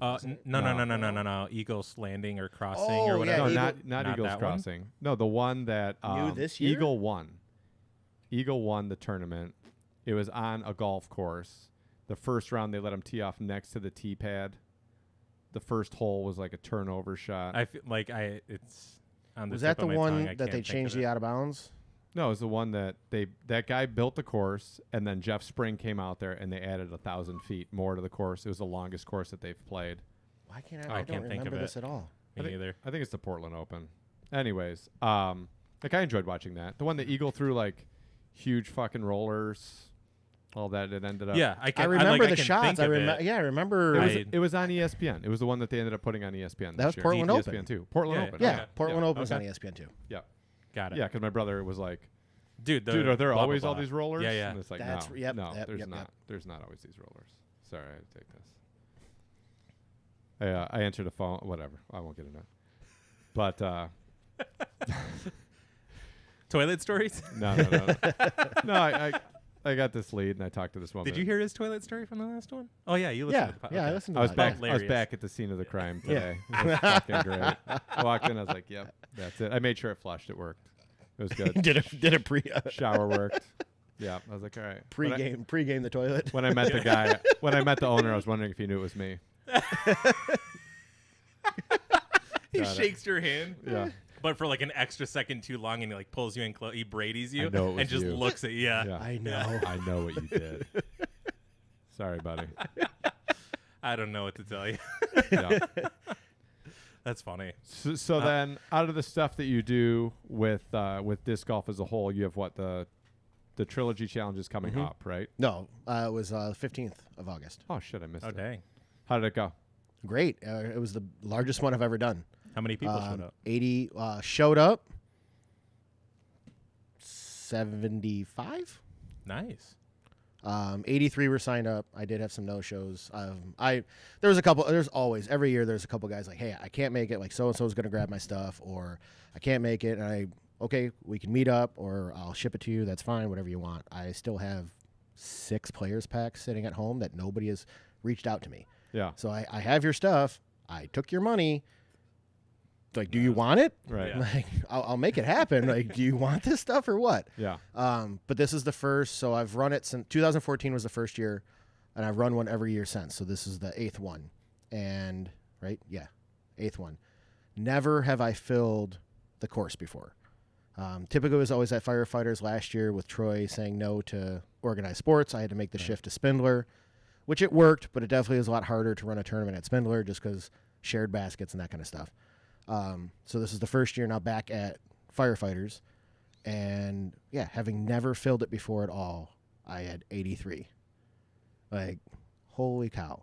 Yeah. And I still had, 3 or 4 fivesomes out there. Yeah. Like, I flat out, like, Packed it. that was it. Yeah. Like, thankfully, casuals didn't start showing up till halfway through the round. It's only a 1 rounder, so it's not that big of a deal. So what's the format of it? You get a set. It's Yeah, so 3 you get your. discs. Typically, it was prototypes, so 3 unreleased discs, and then that's what you have to use. You get a mini, you get some swag, so you get everything that you need to play. You got your mini, you got your putter, mid range, and driver, and you go out, and those are the only 3 discs that you're allowed to use. So it's who can learn them faster, who can figure them out, Right. and do they work for you. This year, because of the disc shortage and stuff like that, it was a lot harder. So they went with plastic blends. So the Warship, which is an existing mold, got the Glimmer plastic. The EMAC Judge, which was released earlier this year, got the Eco plastic, which not a fan. Yeah. I'm sorry. Like, I'll be honest, it's way too hard. It's slick. It is like KC Pro. Like, you'd probably be all over it. Yeah. Honestly. So is it recycled? Is it the recycled plastic? No. Or it's a different It's a one? totally different blend. Yeah, calling it Eco is kind of odd Yeah. because of we have They have bio and then eco. yeah, now? we have biofusion and we have reprocessed, which are lat and dynamic. Okay. Westside doesn't really utilize a regrind process on it, but I think they just go by recycled or reprocessed as well. So Eco Plastic, though, is a new blend this year, and it is incredibly stiff, which I'm not a huge fan of, like hard putters. I use a Hard Mercy for my longer distance putts and stuff like that, or glide putts, but even the hard has a little bit of give in the flight plate. Yeah. Nothing out of this Eco It's Plastic. like what a G9. That's what I was thinking. Honestly, Yeah. not that far off. Do you have it Like, with it you? is I do not. Speaking Okay. of stiff, Zach. He just got Wait. real excited. Hey. Wait, you said you can't bend it? Is this new? I don't know. I can't tell. Yeah, just not a fan. I mean, the EMAC Judge, I'm fine with. I'm not a bead guy, Yeah. but it's comfortable. It flies very similar to a Mercy overall. Just when it comes to that comfort for putting, Yeah. not a fan of it. And then the driver was the Sapphire, which was released last year. And the Sapphire is part of the beginner lineup, so it's Okay. typically found in the lightweights. It won't go over 160. But they did a couple runs of 170 carat is what they call it. So it's 170, nothing like over 172. I had 170s, 171s, and 172s that showed up. I don't think they even get to max weight. Yeah. So you have a beginner-friendly driver that is heavier than. Fantastic for something that should, even when they sent me the prototype last year, and I think mine was 159, stable. Yeah. Just rip it out of a hyzer flip, dead rope, 380 feet, no problem. Yeah. Was Like, that the no high time. speed one, or was that like the fairway That one's one? the fairway, so it's like a 10 speed. And then the Jade was the faster one. The Jade's like a 9. Okay. So you have the Diamond and the Jade all sit in the 9 speed. The Jade, break. the Jade is the slightly overstable Diamond. Okay. So the Sapphire sense. is, so if you think of the progression, Mm-hmm. hey, I'm getting a little bit better, my Diamond's turning, I'll go to a Jade. Yeah. Hey, I'm getting a little bit better, the Jade now is kind of like holding straighter and maybe turning, so I'll go up the speed to a Sapphire. Okay. And that's kind of the progression. Gotcha. Fantastic fairway driver though, like very easy to work. Mm-hmm. Surprisingly, like not overstable, but surprisingly stable for even being a lightweight. You can mash it. Yeah. You Yeah, I really think can. Dan had a set of those or whatever, and I can't remember. It was an orange one. It was a wider rim driver. It reminded me something like Wraithy. Yeah. And I was like, dude, I just hammer on it, and it was like sick. Yeah. Like, this thing's awesome. And the plastic, whatever that Royal plastic is like awesome. Oh, you're talking about the Grace. Yeah, you're that's talking about what the I'm Grace. talking about. Yes, That's the what Grace I'm talking about. is. So you've had experience with a Flow Yes. before. Yes. So the Grace is like a Flow, less touchy. Okay. It feels In my less experience. cheeseburgery. I remember Yes, the flow because the feeling flow is very cheeseburgery. domey. Yeah. Yes, feels kind of. And thick. then like, but you can also the- get flat flows too. Yep. So it's like, and it can get a little nose sensitive. Mhm. The Grace basically takes all the strengths, none of the weaknesses. Gotcha. The Grace is amazing, and Yeah. that Royal, so that's actually the Royal line, Grand Plastic. Grand plastic. That's the stuff that they're in right now. Gotcha. That Interesting. it feels like it's like 10 years old, Yeah. right? It feels like it's gummy. Yeah, it's super nice. It's like brand new out of the tacky. box. Yeah. The only downfall that we're finding out is it's not necessarily durable. Okay. It will get chunked a little bit. It will lose its stability, not fast, but speaking with like Kevin, our team captain, Kevin Gleason down in North Carolina, you're going to play a lot of wooded courses. Yeah. And he's finding too that like the Rive and the Grace are they're taking punishment Yeah. instead of kind of holding up to punishment. So it's just the downfall of probably just slightly softer blend. But to come out with something like that is it's awesome. Like I have seriously considered putting the Grace in the bag because every time I have messed around and thrown it, it's effortless. Yeah. Effortless distance. Yeah. I had a lot of fun throwing it. Yeah. Now I think it's in Dan's trunk somewhere. He cycles through discs a lot. A lot. But I think it's him doing this is the equivalent of me throwing all your discs. Yes. Yeah. Everyone's disc. Like I'm just figuring out. Like that was the main thing. Was like, what do I like or whatever, and What do all then I these can do? just get away with it. Yeah. Yeah. So many Zach stories of all that. Oh yeah, nonsense. big time. Yeah. I so- still remember it was OU. I think it was like one of my first times meeting you. Uh-huh. Too. Like I'd heard of Zach Fortuna, like, oh, he's a really good player. Everybody knows Zach Fortuna. Like, here's this gumpy kid that's like chilling at OU or getting ready for a tournament, and we're all just kind of bullshitting, hanging around, whatever. And he's thrown half your bag. And I turned, yeah, because I mean, we're talking 2012, 2013. So like I Yeah. might have like I think I was just maybe switching over my bag. Yeah. Wasn't sponsored yet. But I was the foreign plastic guy. I had some Discmania, I had some West Side, some Latitude. Like that's who I was. Everybody joked around about that. So of course, yeah, him and his fat fingers. Oh, what's this do? Oh, what's this do? So the first few was no big deal. Like, yeah, go ahead, man, throw it. And before I knew it, I turned around, my bag's empty. Yeah. Like legit empty. I'm like, where's all my stuff? It's over there. Yeah. Go get it. Okay. No, I gotta go to my hole. Like, dude, what? Who the hell is this guy? I didn't go get your discs. No. He's like, they're over there. Do you Zach's ever go working. get somebody's discs? Dude, those fly really good, and like they're like way out there. And I They're, would like the thing. way out there. The I thing don't was know. too, because I think I was smoking cigarettes at the time too. So I'm like bullshitting having a smoke before the tournament, and I could hear him like he would say stuff. Hey, what's this? Like, oh, it's kind of like that. Like, okay, oh wow, that goes really far, but it never computed Right. at all But until they're I all turned out around. there. Like, hey, we got to get going, and like There's my disc going. I can. all hear it my happening. stuff is out there. Like he left like the putters. Yeah. Like, really, dude? Like everything else that you just launched 350 feet plus. That's Yeah. cool. Yeah. I had a funny. So we played leagues yesterday at Addison. We ended up playing 24 holes. I'm sorry, Brandon. I didn't mean it. we got stuck behind like Look where we are now. yeah. We got stuck behind like a casual group for a couple holes, and then we ended up playing the last 4 holes in the fucking dark, like dark. Addison's not fun. In the Yeah, dark. especially like 21 or what? Yeah, 21, 22, 23. 21 would be really difficult. 22 and 23, at least they're short, but yeah, 21 Yeah. would be a tough one. So we play those in the fucking dark, and we're throwing in all this. So when we got to 23, I was like, well, I'll hold the flashlight. But we had the issue of Will holding the flashlight on the left side of the tee pad. So as those guys like reach back, you're like blinded. So when Rob, Because you used the big boy. Yeah. Oh, okay. God. Yeah. so when Rob went to throw, he just closed his eyes as he threw because he didn't want to do that, and then that didn't go well. Don't tell Will to move. Yeah. Just we'll figure out a way to do it. So when we got to 23, I was like, well, I'll So go. after the third guy got Yeah. blinded, I went and I got blinded. I just looked straight ahead. It was fine. I like throwing the glow disc and then just like not having a light on. That's my favorite because I already know the hole. Whenever I do play, Yeah. I despise lights. Yeah, he didn't know it was an issue. So hey, Will, Nice, Will. So for 23, I was like, well, I'll just go down the tree on the left. It's like Yeah. a third of the way down the fairway, quarter of the way down the fairway. I'll stand on the back side of the tree and then I'll just like hold the flashlight out to shine it down so you can see like the basket. So I don't find myself in that position very often. It was so cool though because you could hear the discs. As I was saying, like it's not a hard shot. You're not throwing it that hard or whatever, but it's still cool to stand there and like hear them come Yeah. by me, and I couldn't really see them. That's awesome. That was like pretty sweet. None of us had a good drive on that hole. Not you weren't nervous or anxious at all. No, because I was blocked by the tree. Okay. I was fine. Yeah. Like, if anything, I Were was you gonna- behind the tree talking shit to everyone? No, Telling them all to. no. I was a little nervous holding the flashlight out to the side because my hand that already got hit by a disc this week Oh, okay.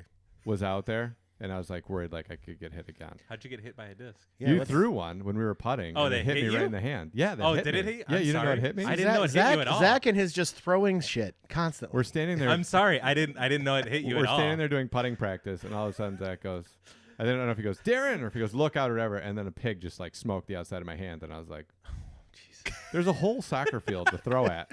Like, why are But the we? basket's right here. Yeah, so was my hand. with people around it. So, yeah. And you broke the cardinal I didn't rule. throw it You that don't hard. yell a name or say heads up, or you just say 4 and people get I out of didn't the know way. what else to do. I got nervous. nervous. Yeah. So But, the reason why I ask with that is because I have a funny story from what was McIntosh's last tournament, Masasuga, Yeah. Masasuga Open. So I was playing with Jared Stahl and Jeff Bennett, and we get to hole 4 on OG. So it's that big straight, Yeah. like 480 or something like that. Not usually an issue, but I was like, I'll go down and spot. Like, I'm bottom of the card anyways. I'll go down and spot. Like, we really don't need it. I'm like, it's fine because sometimes you leak off, whatever. It's no big deal. So I caught Jared's just fine. Well, Bennett throws a lot of MVP. So you're talking black rims, different color core. Does he really now? He's got a good amount in there. Yeah. Okay. And so I'm standing by that big tree that's like, halfway down or most of the way down. And I see him throw. Never see the disc at all. Yeah. I'm watching, like, I saw the motion. I know he's throwing backhand, so I know it's doing this. Never see it. So I'm just standing. Like, Staring at him. I'm not going to move. Like, I don't know what's happening right now. 30 feet is when I picked it up. 30 feet away from me. Yeah. And I had to, like, kind of, like, do a little hop. He didn't really come close. So when I get back up to the tee pad to go do my throw, and they're like, Jared's like, we didn't know if you were going to move. Yeah. Because they could see the whole flight. I'm like, dude, that black rim completely disappeared on me. Yeah. Had no idea what was happening. And Jeff's like, yeah, I threw it, and it was like right at you, and we're just waiting and waiting. Is he gonna move? And waiting, like, is he just not gonna move, and he's gonna get hit by this disc? Like, it would have been like the spotter situation with Ricky. Like, I'm just gonna stand right here and not do a thing. I'm like, no, dude, I legit could not see that disc until it was 30 feet in front of me. Yeah. And then it was a split second of like, which way do I go? What do I do? Oh my God. I got nervous. Yeah. And As you should. it was I love amazing. that they didn't say anything. No. Yeah. No four. No, nothing. Yeah. like, wait. No, I mean, I assumed they probably thought I could see what was going on. Yeah. But it was an orange core with a black rim. And like, Yeah. never. 100%, 85, 90% of that flight, no idea where it was. Yeah. So there was like, I told him, I was like, dude, straight up pucker moment. So like, if I move and guess, and I guess wrong, and I'd say I do hit, like the disc does hit me, like that's penalty against me. It's interference. I don't want to screw out. It is Bennett too. Yeah. I like just pounding. Like, I was deer in the headlights, frozen. Yeah. Because it was that brief moment of no clue at all. That's why I was curious. Like, you don't have any idea. Yeah. And I felt pretty safe behind the Okay. tree. I had a good pucker moment like that with like a golf ball 4 when we played Pine Hills. We're on, I don't know what hole it is, but we're standing there and I watched When the guy. we all went, or before? Yeah, when we all went. Okay. We were playing up on this hole, and then the guy with like the beard that was playing, he was like the only yeah, good yeah, golfer all day, Yeah, yeah. but the guy he played with sucked. Yes. So the guy with the beard hits first, and he hit it like onto, there was like a par 3. He hits it like onto the green. And then the other guy hit, and I saw his hit, and then I saw the ball slice, and then I lost the ball. And then they go, 4. But with a golf ball, like, one, it can really hurt you. Oh, yeah. You know? And I was like, fuck. So I just like got in like full like crouch mode, and it hit like 18 feet to the side of me. And I was like, oh, Jesus. Okay. Yeah, dude, that's scary. I get nervous about that after boobin. Boobin. Yeah, that's what I was 100%. Like, that's anytime that happens, like, he got hit by a golf ball? That's what happened to his at shoulder. Sunnybrook. It That's hit why him he in, broke like that. I forget the left or right, but yeah, it like shattered his collarbone, whatever the hell. That's like, what it was? I Yeah. remember him Yeah. breaking his collar. That's what yeah, it was? Yeah, you got hit by a golf ball. I don't know. I don't remember Like from out how playing far, but casually or something like that at Sunnybrook? I don't remember. Like it was when the course was in the ground? Yeah. But Oh my I don't know. God. I think it was at Sunnybrook, but it was for sure somewhere on the golf course. Like, I didn't know that's what that was. I Yeah. do remember him breaking his collarbone Yup. and stuff like that. yeah, smoked Yep. Wow. big Yeah. time. I just think of that every time.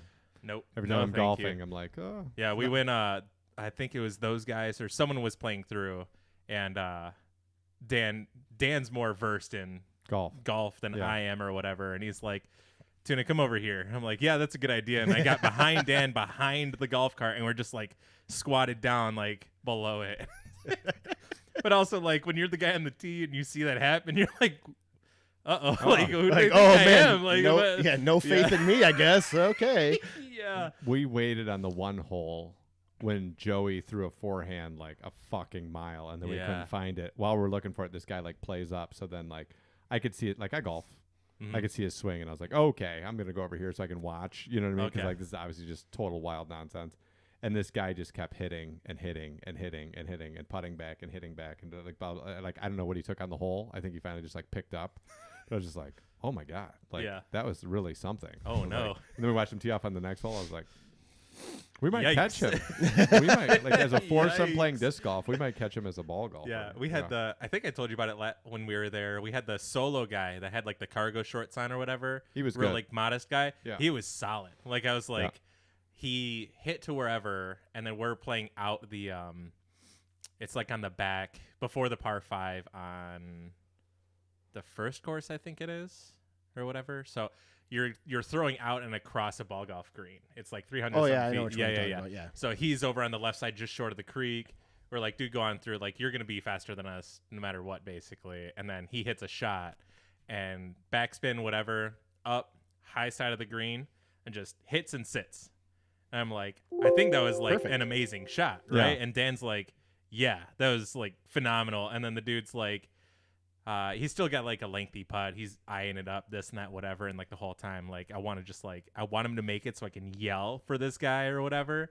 It was super close, like perfect speed, just rolled past it, maybe like 5 inches or something. Yeah. I was like, dude, that was sick. Like that was awesome. And I really wanted you to make that and like have a good, he like peered the next shot up onto that little shorty there. It's like, that's sweet. Yeah, I think golf putting is a 3-to-1 to disc golf putting. I think Yeah. like a 10-footer is the equivalent of like a circle's edge putt Yeah. for disc golf. Nothing weird. Okay. Yeah, I'd give you that one. Yeah. For sure. Yeah, the guy in cargo shorts actually asked him how the course was because I was like, oh, he's a real golfer. So I was like, hey, Oh, man, really? how is this course? Like, how does this course play? He's like, oh, it's actually a really good course. I was like, okay, cool. I was like, the disc golf course is good. It's a good disc golf course. I love Pine Hills. I haven't been there in a It's while. so much I fun. love Pine Hills. They did such a good job So worth it. on all of that. Yeah. Like It's so many shots. It's so much fun. It's so you, well maintained. and it's not like Sunny. I miss Sunny. That's the biggest thing for me. Yeah. Yes. Is like how I don't at this point. I don't care what the course is. Like Firefighters is so much fun to me right now. Because Just because you're not it's going to so dig in through well-maintained. brush, thorns, none of that. Last time I was at Bald Mountain, I was so mad. Like when we got to the 9 for Discount or whatever, I was like, Dude, that what the whole sh- what does it look like now? Because I do It's still have gr- to get back up there, but I remember wasn't it you and me that had gone? I haven't been I up think there. the last time I went, I think it was maybe like you, Kevin, Cat. oh yeah, right? yeah. I went a couple times after that. I And think it was I did a couple. was all and that then- grass crap. Oh like, yeah, oh yeah. my The God. top of the hill on that hole was like, dude, if your disc hits it at all, it's done. Just It's stop right it. there. Yeah, See, that's man. Yep. I haven't been there in forever. Yeah, I'm After sure it's the long last now. time I went, I was The like, I'm stumps gonna are take a probably break. like bushes now on 13. geez. Yeah. I don't know. But yeah, Dang. I've been a big fan of Pine Hills, which is so actually one more thing as far as the Trilogy Challenge, all that stuff too. I am currently working with a couple other guys and designing a course at Lake St. Clair Yeah. Park. I don't know if that was Nice. on your docket at all, but I'll jump into that one. I had no idea. So coming from ball golf, because I love Sunnybrook, but Sunnybrook was massive. Yeah. Absolutely massive. I'd love to be able to play it now, but being able to throw further and all that kind of stuff. But in terms of a ball golf course usage, might not have been the best. Whereas Pine Hills, like the roller is not necessarily the play. Yeah. Like I threw rollers all the time at Sunnybrook What because was of the your way it guys' was. favorite hole there? At Sunnybrook? Yeah, or like a couple. I don't know. I got an ace out there. I have an ace out there. Yeah. I think Which I one really did you like. ace? Yeah, what did Ace? Was that hole 14? Toward the it's like Was it in the tree? Was it the like- one? I think it was the one in the tree. Okay. It was in between like a couple big trees, and it was a little shorty. There was two that were hanging. It wasn't a hanging. 10 was basket. hanging, and like 14, I think, were hanging. It wasn't that far from the clubhouse, and it Okay. was like a hyzer putter shot. Mm-hmm. That's The similar one to just the one over that the I creek? think I aced. I don't know if it was just over the creek. No, I this can't was remember at the this. course that The well. one I'm thinking of was after a par 4. That was basically like a straight line, and then it was on a mound, and then you came back down the fairway. Basically, like you walk to the right after you hold on that hole, and you're facing backwards, and it was just a little like maybe 300 foot, maybe 320. Or something. There was because 8 played off into the woods. It was 9 that played all the way down, back to the clubhouse. Yeah. So it might have been 11, because then you played away from 10, and 10 was a hanging basket, and then 11 was like just like you could take either forehand hyzer, backhand hyzer, but it was only like 300 feet or so, Yeah. maybe 320. So that could have been it. Maybe. Yeah. Oh. I don't know. I don't think I can see it on here. Yeah. There's I liked the one a lot that was the par 4 that played to Van Dyke, where you crossed the Cross creek. over the river. And I liked when Yeah, they had that it was set a up where good the one. basket was up on the hill, and it was Before like they kinda moved it short. down. Yeah, it was Yeah. up on. Yeah, That one was that one was super cool. cool. I was a big fan of 8. Being like going straight out, and then the basket was actually in the tree line. Mm-hmm. Because that one to me was one of my favorites because it did the opposite of what every other hole seemed to do out there. It wasn't just grip and rip. Yeah. Like if you faded off to the left, you were super pinched off. Like I you had, had my to actually farthest roller ever on that hole. yeah, and the rollers were great because Yeah. it pulled you right then, Yes. which allowed you the better opportunity. Like it opened up the gap. Mm-hmm. You know, and that's what that's what got me to start looking at holes a certain way of like, it's not just like throw it as far as you want, which is what everybody said Sunnybrook. Oh, Sunnybrook, just throw far. No, Sunnybrook actually, you needed placement. Yeah. You in needed some to still spots, be, yeah. and for the most part, you needed to be in spots. And that's what I've always looked at now with disc golf holes. Like, is there something, like, what are they making me do? And that's like Hunt's is perfect for it. They've I can't wait definitely to go thought back out there. they've definitely thought it out of like, this is the spot that you need to be in. Yeah. If you were anywhere else, you can still play the hole, but you're not getting a birdie. Yep. And like that's brilliant. I love that. Kensington South, the green course is it's like baiting. You know, oh, here's this left to right, but it's not a forehand. Like, don't just go up there and think, oh, this is it. No, Yeah. like think about the hole, see what they wanted you to do, and do it. Mm-hmm. So that's awesome. My favorite for that golf is Leviathan. Yeah, Because it's like haven't been up there. it's a big long hole that like it baits you like You said you haven't played there? No, haven't been it's up to like, Latitude. there's a bomber shot here, but that's totally not the shot. The Yeah. shot is to like just get past these trees and land in that opening, and then you have an easy straight up Whiteford. shot. Whiteford, hole 4. Yeah, Whiteford similar. Not a bomb. Mhm. Just Yeah. get over by that tree and you're fine. Yep. Gotcha. That's exactly it. Yeah, Yes. I liked the one at Sunnybrook that was this one was fun where you got to throw from the hillside across the creek and it was downhill and you got to And throw then like a big The left hyzer at it hand, the basically. left turn by the apartments. No. This was just like you could get there in one shot. It was a par 3, probably like 370, played closer to 320 because it was downhill. Off a hill. And then the one after that was you go past and left, and the basket was in the like sand area with the rocks around it. And then if you like hyzer skipped past it, you were in the creek on the left side. It was like a big wide open shot that was slightly downhill. It was like 450, maybe closer to 470. I don't know. It was just like those were a couple fun shots to throw. Oh, I think that might have been 17 No. or 8. No, No, it's on the front 9. So I'm like not one remembering. was like out and up Out on the to the hill green. left. 2 was the other par 4 there. 3 Yep, was 3 was up the in one the with the tree. tree. Yep. So 4 was the one I was talking about. That was a little shorty where you 4 threw was a over the hyzer over the creek. creek. Yep. So then 5, 5. Oh yeah. long one.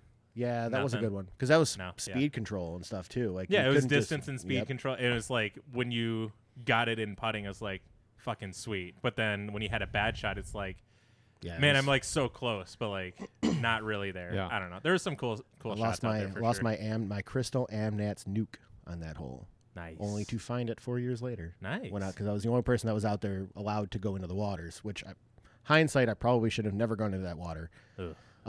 But I know that there's still 4 of mine that, who knows where they're at in there now. But I did find that one back. Got that. I pulled it out. I was like, oh, sweet, Amnats nuke like that. Like, wait a minute. I wonder. I flipped it over and there it is. There's my name. I'm like, 4 years, dude. That's Wow. I don't even like. At this point now, I'm 3 years in. Like, I haven't been allowed to throw something else. Like, Yeah. that's so freaking sweet. So great. So I gave it to the guy that came out with me. And I was like, dude, just take it, man. It's cool. Like, obviously, I haven't needed it in 4 years. It's not a big deal, but it was really cool to like have it turned back up. That's sweet. Was the only nuke I liked. Yeah. Dude, those That nuke, oh, they were so nice. best, the best. So nice. Aside from the nukes that exist now. Yeah, now. Yeah. Yeah. Yes. Old school Discraft. It was the only nuke. I Yeah, ever getting liked. nukes now back then was like a Oh, I- gold mine. Yeah. Every Yeah. time you talk about it, I think I bought 2 nukes at the same. I was at 7-star, bought 2 nukes, a white one and a blue one. Theoretically, probably the same run, just different plat, whatever. And one threw like a bolt, and the other one threw like my Ballista Pros. Yeah. I'm like, what the hell is this nonsense? Like, Yeah. I can't even control this one to do what I want. Like, it's a nuke, Yep. and I can't get it to do what I need it to do. This is obnoxious. Yep. Yeah. And the other one was actually pretty solid, but it was a dark blue, and I'm like, I don't want this. I wanted the white one to work out, and Yeah. the white one just was no It's terrible. funny. Yeah, I had some that were Echo Star katanas. That's Nice. it. They were like a lightweight Echo Star katana, and you throw it, and you're like, Yeah. Okay. I Like, wanted okay, to be, let me try to start hyzer flipping. Yeah. No, we're still gonna go over there. yeah. Yep. I wanted Great. to be like a mini Marty. So when the nuke came out, we were at Riverbends for Baruki. like Gail Yeah. Vaughn or something, whatever. yeah. And there was like a bunch of pink nukes, and this was before I knew like I had a decent idea of like shape of discs and being able to like guess what it's gonna do pretty closely. And these were like all sweet, like pink, bright rainbow stamps, and that was like the main reason why I got it. I didn't look at. I got, I think like 6 of them. They were all like dog shit flippy, and I was like, dude, what the like? Why did I just do this to myself? And I threw like every one, so like. I can't be like, can I just like get something? I didn't throw these ones or whatever. Yeah. And so Yeah. I ended up like selling them. I took one to Holly for fun, and I threw one of the best shots out there with it. And that was the only time on that hole that I've done so well. Yeah. Like, what the Yeah. hell? They're I'm glad they're. Overall, they've Good just now. massively improved. Because Oh the yeah, plastic, hugely. because that old ESP plastic was dog shit too to me. Like, it really was compared to like what I could like throw in Will's bag or something messing around. Yeah. Like what these are now compared to what I remember them being. Like, this is leaps and bounds better. Yeah. Yeah. They've done such a good job. The only ESP I ever had before I liked, I had 2 white ESP buzzes, and they Okay. were money as fuck. Mm-hmm. I would not throw any other ESP. I didn't really throw any other disc. I was not an ESP. Those fan. buzzes were stable though, so they were like Okay. perfect. I mean, you could put them on like, I obviously wasn't throwing that hard, but like I could put them like dead straight, and they would just go dead straight and then fade a little bit at the end. See, I've always been Like the most of my component of my bag is all opto level. Yeah. I've always been more of a clear plastic, candy plastic guy. Yeah. So yeah, I had an ESP Force for a while that was money because it was nice and seasoned. Like I could do some really cool stuff with that. But for the most part, most of my stuff was Yeah. when I was still throwing like that stuff. I did some That's wild. I did an overthrow disc golf drive yesterday with Creamsicle. Okay. Got all of it. All of it. Fucking gone. Yeah. Yeah, not where I wanted it to go. Ah. Should have thrown something different. It was on what is it? 14, 15, it was on 16. That like straight. Yeah. So I wanted to throw it up on a big hyzer, and I just like came right over it a little bit, and it just went like, and then like was Gone. off to the right. At Addison? Yeah, but Okay. it slammed into those trees. I was like, I got all of that one. I was like, that was Nice. sweet. Wrong disc. That's but funny. got it. That's a good hole to get that because I've cleared that like almost to the swamp yeah. before. Like I don't know how I got through stiff, but that's a great hole to like really feel good about yourself because you've got like nothing to worry about. Like, Yeah. let me just rip, and you hit that tree, you hit the bushes, and you're like, Yeah. yeah, Got dude. it. Yeah. Yeah. I can't wait to go. Can't out and, putt. like, I have Yeah. no look. Yeah, I had a patent, yeah. I had a patent pending putter shot that I just put out to safe to like a 20-foot putt. Yeah. I didn't try to like cut it all the way around the corner because I really like I would have landed in a roller.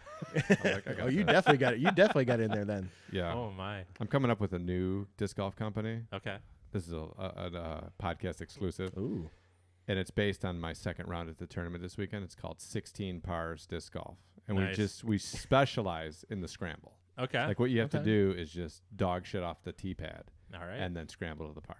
Nice. Just 16 holes. 16 holes straight. Which is exactly No. what Darren Okay. did at the tournament. Yeah, if you 16 couldn't pars. if you plan didn't catch on on to parring that 16 at all. times. I Yeah. birdied hole. I triple bogeyed hole 4, and I birdied hole 17. And it was Oh all yeah, I do remember because I beautiful. was following your guys'. I was unable to go. Yeah, I had a question for you. Okay, Okay, so hole 4, east or west? I don't know. It's the one that you throw off. There's like the little What pond course up are on we the on? left. Indy. Indy. Yeah. So okay, so you're on west. We started on hole 16. Yes. Yes. So you're on west. Okay, so we're on west. So yeah, the pond hole with the OB Yep. pond. Yep. So my drive, I threw like at the ground, right? Ooh. So I got like through that little bush, and then it faded to the left by Okay. the short tee pad. Okay. That's where I ended up. I ended up right on the line of tall grass. Mm-hmm. Whoever drove the mower and however they did it, they ate up the ground. So the ground was like just divots. Okay. Okay. So I saw the divots. I saw my disc. And I was like, maybe there isn't a divot where my disc is. And then I can mark it, pick up my disc, and then I'll have somewhere to stand. I picked up my disc, and it was just covering a divot. Okay. So I put my marker down. In that situation, I'm running up to throw, and I know I'm just going to step in a hole. It's gonna be yeah. We're just going to see how it's going to go. Right. So I was like gingerly like running up, trying to do it. And then as I stepped, I just like kind of like chunked into the hole, fell, and then threw my disc up. It just did a huge like nose up hyzer and went right in the pond. Okay, that's how that happened. So in that situation, what is my options? Like, can I bring the cart over and be like, this footing's fucked? Or Like, do I this just is unsafe. right? Or do I just have to So- throw a standstill? I knew this was eventually going to become like a rules thing. Oh yeah, totally. Going on the podcast. Yeah, if you don't know, Brandon's known for being a rules He helped you. connoisseur. He may. Connoisseur. He allegedly helped you get your. Brandon Devil's Advocate Redmond. Yeah. I don't know. So you had already put your mark down. Well, even before I did. And lift, like okay. when I walked up there, what are my options? Mark or no mark. The disc has got to be so unless it's something that like let's say Mark had gone out and saw like, hey, this area is like completely screwed up. I don't want anybody breaking an ankle or blowing on a knee. So if you happen to land over here, we can give you like 5 feet. Yeah. That's okay then at that point. You can take the casual relief. If it's not explicitly stated, you're fucked. Yeah. Like it is where it is. You still have like the paper. That's why. So if you hadn't marked it, you still got that paper, basically that 8x11 that you can move back a little bit. The downfall with that is that you can't place a secondary mark. So you couldn't be like, well, I'm going to leave my disc there. I know there's this hole, and if I put a towel down, I'll know that's what you can't do, because now Okay. you're giving yourself like another visual cue. Yeah, a visual cue. So that makes it a little harder. Honestly, you probably should have just stood Done a still. standstill. Yeah. Yeah, done a standstill on it in general. But yeah, you can't, because then too, you're screwed if you're like, well, I'll put the marker down, and let me see, like, oh, screw that. Can't do that because Right. once the mark's down, that's it. Now you're taking the mini mark. So, Right. yeah, you're kind of screwed either way. Yeah, I just think in the future I'll just do the standstill. Yeah. Because even if I just did a standstill, like I probably could have gotten up and around the corner, whatever. Yeah. Yeah, and either way it was better than Because hurting myself. I was watching your score. Like I told you and Will that I was Yeah. watching your scores because I wasn't able to go. Nothing else to do but sitting around. Yeah. So I was wondering, like, man, you took a 6 on that. Like, Yeah. Because I went well, 3. even if you, I figure, like, well, if you got a hold of one, like, I know I can get to the water. Yeah. I'm not sure if you have the kind of power then to get up the hill like that too. But like, Probably maybe not. if you got a hold of one, maybe. Yeah. But then that should just be like a 4. You should just pitch over, no big deal. Like, Yeah. how do you get a 6? Yeah, in the water on the second shot. That's what it was. Yeah. Nice. So then I'm throwing for 4 from the Yeah. thing. So I tried to run it because I'd already made a drop zone shot. And I was like, I got drop zone shots dialed in. And then I sailed Oh, over yeah. the basket, left myself like a 40-footer comeback. Didn't make that. Okay. And then tapped in for the 6. All right. I was. It was wondering a about series that one. of bad decisions. Things and stuff. And Yeah, you because know, I was I was Mhm. really. It was. I've never watched live scoring like that. Yeah. Never I did, have. I did with him. Okay. Yeah. Yeah, I've I've done it never with him. done the live scoring thing. I've told other people, and like I've had people like, yeah, I followed along. Like, oh, cool. So I never had an experience on how it updates, how long it takes, or anything Yeah. like that. So I'm watching, and Will's start was rough. Yeah. Like very, very rough. I'm like, oh man, come on. how hard is it to do the live? Like, did you do it on UDisc or PDGA? Or? They did it on whatever I went through- whatever the scoring was. When I was watching through PDGA. Okay. So I went to the website, clicked on the tournament, went to live scoring. So I was watching everybody. Yeah. It's interesting. Like I found myself It's playing.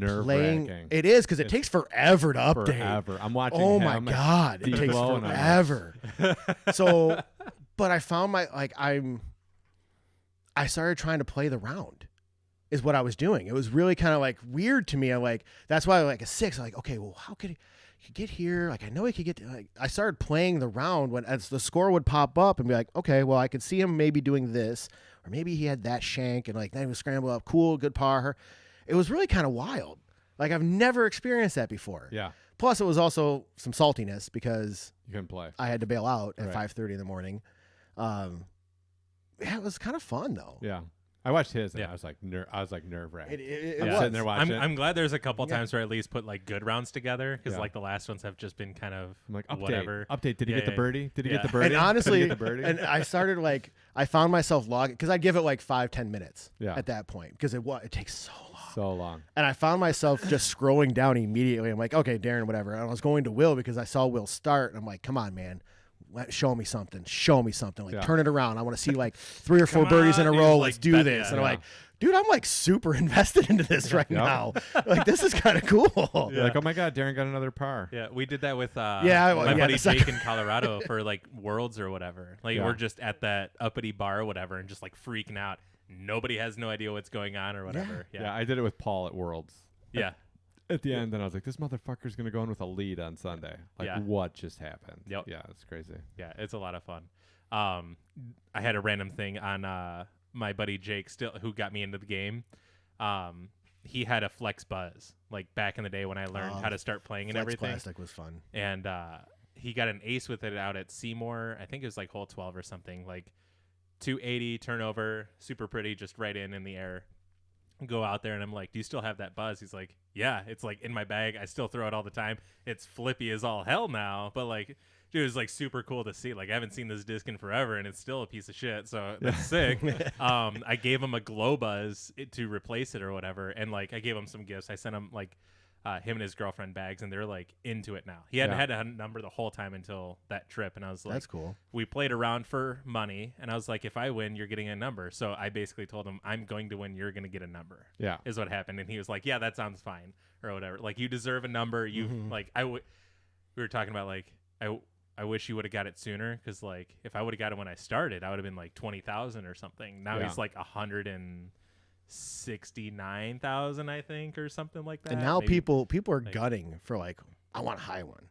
Like I've talked to some Hilarious. like newer. Let me tell you too, because you're not that far off of mine. I think you're the 30, 69. 6. Okay, I'm so 39. You're the 39. Yeah. That's what it was. So 47. It really kind of sucks now to show up to a tournament and be like, man, you got a 5-digit. Like, yeah, I'm old. Got it. Yeah. I get that. Thank you very much, Mr. like 184. Got it. But it's still like I'm kind of looking forward to seeing like what they do for the 200 Yeah. because they gave that kid like a whole bunch of stuff that like 10-year-old that got he got 100,000. Oh, really? Yeah. So I know didn't know that they did that. Yeah, the or whatever. PDGA got him some stuff. I think Innova might have sent him some stuff too. It's just That's pretty it was cool. a big thing. Yeah. So when 200 rolls around, which honestly could probably be this year. $200,000.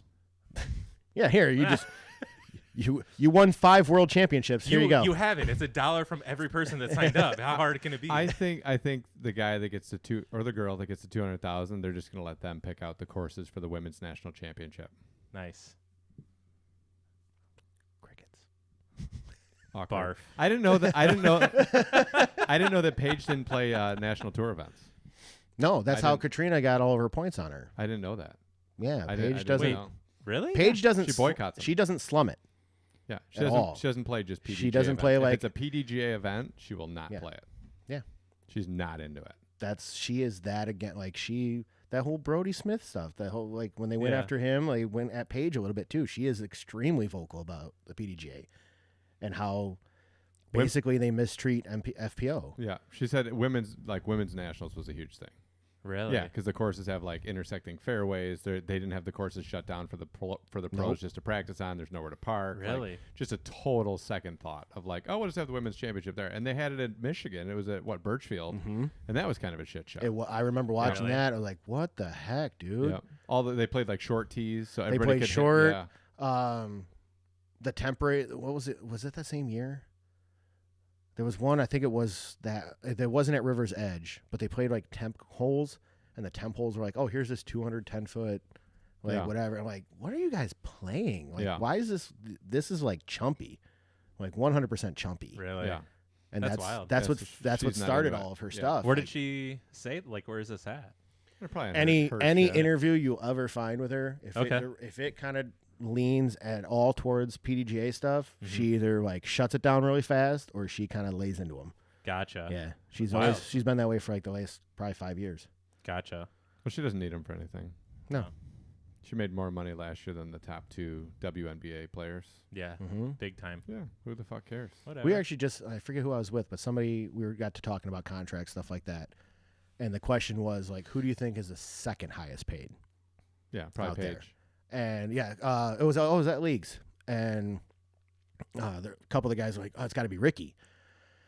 And I'm like, I don't know. I feel like Paige's contract, or at least like her royalties and everything involved, like she probably makes more than Ricky. Yeah. I would think. I would Maybe think- not on contract alone. Hey, Dan. Oh, Dan's in. Dan's in here. Hello. I would think for sure. I think I don't even think not it's necessarily close. contract, but I Yeah. think with everything else involved, she probably makes more than him. But she's a 5-time world champion. That's true. Yeah. And also arguably the best to do it. You know what I mean? On her end. In her era, I can't give her the best. No. I'm just saying, like, in terms of if you were to take not by competition, Okay. but if you were to do it by, like, being able to go out and shoot specific scores on courses that are current, it's hard to do because different eras had different style courses. Mhm. When Jeff was on here, different style courses, Yeah. different style of play, different style of disc. But in terms of, like, actual ability to go out and do something, she, I think, is the best female player of all time. Okay, I'll get on board with that. Like So- here, I'm gonna put you at a tee pad, execute this shot. Yeah. She's gonna be the best one to. Yeah, like, so if you had like her playing USDGC, Yeah. right, or her, like, even when she played the, like, memorial round with Brody and Paul and them and whatever, and Mhm. they did like that, like, warm up round or whatever. Yeah, she like, was there. she's fucking doing it. Yeah. And Mhm. so, like, you could take the other people and be like, yeah, they may have dominated FPO, and I'm not even doing it by, I'm just saying, like, they dominated their field. Mhm. But if you took, like, then going goat to goat, if you took, like, Juliana Korver Yeah. and you put her on a tee pad or on a course where she's playing against, like, Stokely, Climo, and Schultz, Okay. is she going to even be relevant in that round? Yeah. I don't know. I didn't watch that video from back then, so I don't know. But if you did, I would assume, like, that gap was bigger. Yeah, I'd Yeah. give you. Yeah, for sure, I'd give you that one because because even out of her and Kat, she's more likely to keep up. Yeah. I'd give her that. I'd be really interested to see Tatar do it because when Ooh, she came buddy. over, Yeah. Mhm. just a terror. Like it was amazing. I was she's- super stoked. I got to meet them out at CCR. Yeah. Silver was the card behind me, So of course, Kristen's there carrying the bag. So it was super cool because not only teammates, but like Estonians, man. Like Yeah. I talked to some of you guys online with the Facebook page and stuff like that, but now to actually like see you, like see Silver's forehand in action live, Yeah. it's stupid. Did he throw it and you just start cackling and then just like you can't stop laughing and then your brain just explodes? No, I felt like, first, okay, so I didn't. that's what happened when I watched it. That wasn't even in person.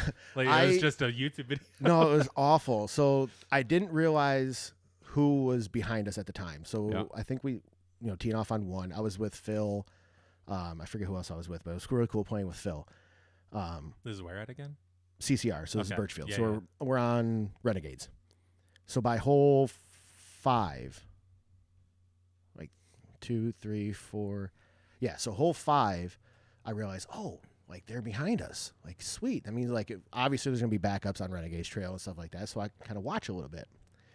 Well, there's a backup on 6, which is the through the pine trees. Okay, out of bounds all over the place. Of course, that's the one. Like I just took a sweet birdie, like parked for hole 5, awesome, and now we're gonna wait for like 10 minutes. Right.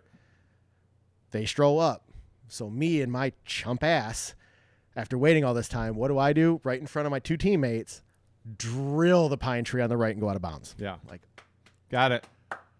oh my God. I cannot believe that this is like, Did Silver and her start laughing and then just stone face you? it was like, you cannot have picked the worst time to throw like a chump shot as when these two, because I've got logos on the back. Like they obviously are going to see this. They know. Yeah. Like, awesome, dude. Got it. Way to Nailed go. it. Sweet. Let me go walk 100 feet off this tee pad and try to throw some stupid shot. Pulls now out from- an umbrella that's really big and just covers. Oh my God, I Crunches felt in it. so stupid.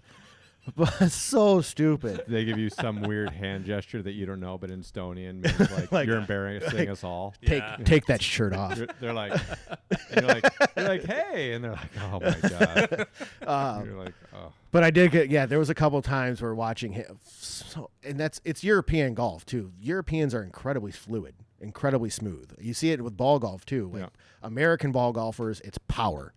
European golfers, it's a lot about control and finesse. Like their finesse games are amazing. Seppo, KJ, Tatar, so their finesse stuff is amazing. yeah. And Tomas has come out even too. Is like Jesper Lundmark. Yes. I love that guy. Jesper.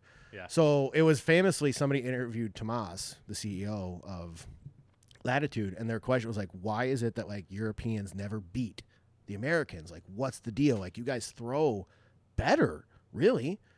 And it came and he's like, if we could ever learn how to putt, that's what it is. If we Yeah. could ever learn how to putt, for some reason that's like the hiccup. And I don't know if it's because they can't practice the same way, being like a little bit more north than us and like more frigid winters and stuff. I don't know. Yeah. Maybe they don't have putting leagues kind of thing, or there's just, but that's really the only hang up between the two. So to see guys now coming out and women like Evelina, like you see these people and they can putt. Like the Europeans they're going to come at us soon. It's going to be awesome. So I was Tatar super, seems pretty fearless on the putting green. yeah. So it was really cool. So finishing on 18, I'm like, I want to finish up. I want to watch whatever. And I caught them across, and I happened to have a Grace and a Rive in the car because rain round, I didn't know if I was going to want to use them or not. So the Grace has been Kristen's like favorite going on right now, and Silver just pimps Rive. So like, please, like, sign these for me. And they're like, oh, sure, not a problem. Super soft-spoken, super. I was like, it's really cool that you guys were able to come over. We'd obviously missed you last year with Worlds and stuff like that. So Yeah. it's really awesome. Like, Kristen's like, we're just really happy to be able to come and play over here. Like, it's awesome. We love it. I'm like, that's so awesome. It was great. It was an awesome experience to meet them and chat for a little bit. Yeah. Why wouldn't it be awesome for her? She's like, it's so fun. I come over here, I dominate the shit I'm out just- of everybody. Dude, It's unbelievable. And then I get on the plane with this giant wooden bear, and I'm like, fuck, I love America. Do you ship that back, or do you like check it? Thanks, Kristen. Oh my God. think you just This ride it actually back. is not that important to me. What bear? Yeah. I just wanted the scalps. Yeah, right. These are all the bitches. It was pretty awesome to watch. Yeah. She Yeah. came over and just dominated. It's wild. Here, you can have this one. I'm gonna go over here. I think she just got Dominated. like pissed. Like Worlds didn't go well, and she's like, "That's it. Yeah. I'm gonna show you what's up. I'm gonna show you what's up." I loved watching when they had the skins match with the doubles and they were playing. 'Cause they Yeah. was like barking at each other in Scandinavian. It was funny watching the couples because you could see the dynamic. Like they're both really fucking good. They run like a disc golf school, Yep. whatever, back home, and like their working dynamic is good. And then you watch like Hot Cocoa, and the whole time you're just like, how'd this fucking guy get so lucky? But whatever. And they're playing, and like it's going smooth, and you're like, okay, cool. And then you watch like Austin Hannum and Katrina, and you're like, she owns him. Yeah. Like he's sitting in the corner sleeping on the couch. You know, like Sweetheart, can I come to bed? Get over there. No. Get over I've there. already told you 2 times. two times. Look me in the eye. Sit on the couch. But he'd like miss the putts during the thing, and like she would look at him. Dude. She would look at She's him. she's oh my god, I'm sorry. She's in the kitchen making some food for herself. She's like training this and that, whatever. And then Austin comes into the kitchen. They catch eyes just like you and Snow, or me and Snow, I guess, rather. And like, am I supposed to be in here? But are you going to give me treats or something? Yeah. And then you just yell at him. She gives him a little morsel, and then he shuffles You off. think back to Austin his Hannum corner. fell downstairs trying to shit talk Katrina sometime? No, she threw No, him down the she- stairs. That's where I was going. Yeah. Hey, babe, I just like aced. They're like, shut up, down the stairs. No, I think after the second round, she was like, "Look, you got one more round out there. I will find a new boyfriend. Listen, yeah, there's a Okay. lot of suitors, and listen, if you don't make a move tomorrow, I swear to God. you're gonna get the belt." And he was like, The belt. whatever it takes. Yeah, and your story, I don't think it works. First of all, Katrina's sitting on the couch with her feet up. Okay. And she just says, "Make me a sandwich, bitch." And then Austin's like, "Do you want mayonnaise on that?" And he runs in there. Dude, Hannum looks good, dude. He lost some weight. He did actually. Yes, Yeah. He lost, like, I a noticed good that amount of in weight. Delaware. Like he Yeah. looked fit. He looked fit because he's a fucking And- athlete. Mm-hmm. He looked confident. Like his putting. Second round was a little dicey. Second round, but Yeah. that like he looked more confident Yeah. because his down. Like I feel for Austin Hannum. Like to me, Because he's with Katrina. no, Oh. it's got to be her. No, I look at him as somebody who my game is kind of similar to. Yeah. Have all the shots, can do the shots, might not execute all the time, but the weakness is the putting, Yeah. where I can just go streaks. Like I can hit a bunch of stuff cool and I can nail stuff at 45, 50 feet. And then there's times where it's like, how many more cages am I going to hit today? His Like- putting makes me upset. When I watch him play, it literally, like right Yeah. as he's getting ready to putt, like my It's a weird, like, stomach- hitchy thing. my stomach starts getting riled up, and I'm like, please, especially when he was doing. Did you the hear that? He double. even mentioned it on the post coverage. Oh, I German Uli said something. Like, it was Oh, yeah. Ulibarri. Yeah, It was yeah. like, dude, his putting makes me nervous. Yeah. And German says because he comes in, and then there's like a weird pause, and then like out. Yeah. And like that's exactly it. That's exactly what it is. I could definitely see, and that's it's being I've had that hiccup Yeah. or that hitch, and it's an uneasy, is what it is. Is this going to come flat out of my hand? Is this Yeah. going to come hyzer out of my hand? Is this going to do? It's almost like a Nico thing. It's like, oh, I blacked out for 10 seconds and I have no clue what I'm 45 doing. seconds. 45 seconds. So it was really nice to see him like dialed in on his putts and like hitting some good stuff. Yeah, Yeah. he was for sure nervous on the putting green the whole first round at D-Glow. Yeah. I mean, Yeah. he started out with a 6 Well, he's gonna get the beat. or Ouch. whatever on OB. OB and then up and then like however many putted. Yeah. He's gonna get the beatings. That's why. Yeah. He's nervous. Yeah. Yeah. Is that what it is? Yeah. Yeah. That's what like Nico's blacking out just because he's like, what if I miss this putt? And Yeah. Hannum's blacking out because he's like, I don't want to get the belt again. Is that why Katrina never I carries his can't- bag? I can't. Yeah. He just can't. Like she just can't put he's herself actually in that. caddying for himself. Yeah. Yeah, Yeah. she just can't put herself in that situation. No. Like I'm not Yeah. going to watch this in real life. I Yeah. can't be associated with this. Yeah. Babe, will you caddy for me? She just looks at him. Like, okay, I'm sorry. No, you were carrying my bag and your bag at the same time. Yes. You were not playing. You were just going to carry both of our bags because I Perfect. say so. Nailed Yeah. it. That's funny. But he Oh does my he God. does well. You know what I mean? Like He is like he's He not does well. He's got a lot of shots. Yeah. like he's just that. He's second. He's the second tier. Yeah. There is the different like Oakley. There's just those guys like 10 years ago. If those guys if we pulled them out and popped them into 10 years ago, they'd be at the top. Yeah. Because like just before the Macbeth, like Rise and the Ricky Rise, they would probably be at the top. Yeah. They just rose at the wrong time. Yeah. Really is what it looks like. Like Yeah. you guys have immense talent. It's just these guys are better. You have great Mhm. talent except for the putting. Yeah. You're great. Just get better. which Yeah. is I think I what don't know. plagued like a lot of the older Yeah, generation of disc Stokely. golfers. Stokely would get everywhere and Yeah. then not make the Or putt. Avery, McKay. I mean, McKay was Yeah. a pretty solid putter, but that's like thinking back and watching some of that stuff.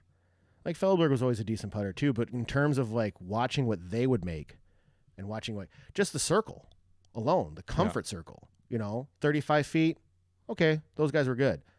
55 feet, you got Eagle, Paul, Ricky just running, Yeah. and they're hitting them. KJ's jumping Mhm. over drainage ditches. I Oh, finally yeah, saw that easy video. That was peasy. freaking wild. Oh yeah, Dude. that was awesome. That was Like, could you awesome. be any more of a frat boy right now? And Oh like, my god. He's an athlete. Yeah. he yeah. is. He's an Yeah. athlete. Yeah, every time I see him, I just think him and Jared are related somehow. Yeah. Like they look the He same. kind of looks like Yeah. Jared. They're from the Yeah. soccer background. Yeah, totally. Yeah. Yeah. I don't think Jared ever did like cartwheels to chuck a ball, but Yeah. I'm sure he could Yeah. if he needed to. Or or like the whatever. backflip or the Front front flip flip, to yeah. the handspring. Yep. I guarantee he could do that. Oh yeah, I'm sure. Yeah. But, I could see Kate. Yeah. Yeah. Mhm. I could see him doing that after doing the Jared ladder. Yeah. easy. Easy peasy. Super easy. Yeah, that's actually how he practice putts. He does one Jared's ladder this way, putts at this basket, Jared ladder back, putts at this basket. Does a flip. Yeah. I think it'd be funny if you sent like the European players the video of Ricky doing the putting clinic where he's got 3x5 cards to like 8 people. Have you ever seen that video? Where he talks about No. putting. No. What? What? It's so good. What So if you go videos? back in time, Okay. How many? Ricky's like really nervous to talk in front of people. Oh, he was Okay. horrible. so you go on the, yeah. So you go like I forgot how bad he was until I He's went gotten back. he's so Way much better. better Yeah. now. Anyway, So you go back. He's doing a putting clinic, Okay. and I think it's in Ohio. Was it the one where they were dunking his putters? Mm-mm. Okay. There's like 8 dudes. okay. He's standing in front of 8 guys, Mm-hmm. and he's got like 3x5 cards, and he's talking to Like them his about notes? Yeah, and Okay. so he doesn't lose his place, and so he can like read instead of talking. And he's like telling him about it, about like how to putt and how he putts, and he's like, and he's just like so locked up, and then you just watch him putt, and he just like slams it, and then he turns around and he's like, yeah, so and he's just like so fucking nervous.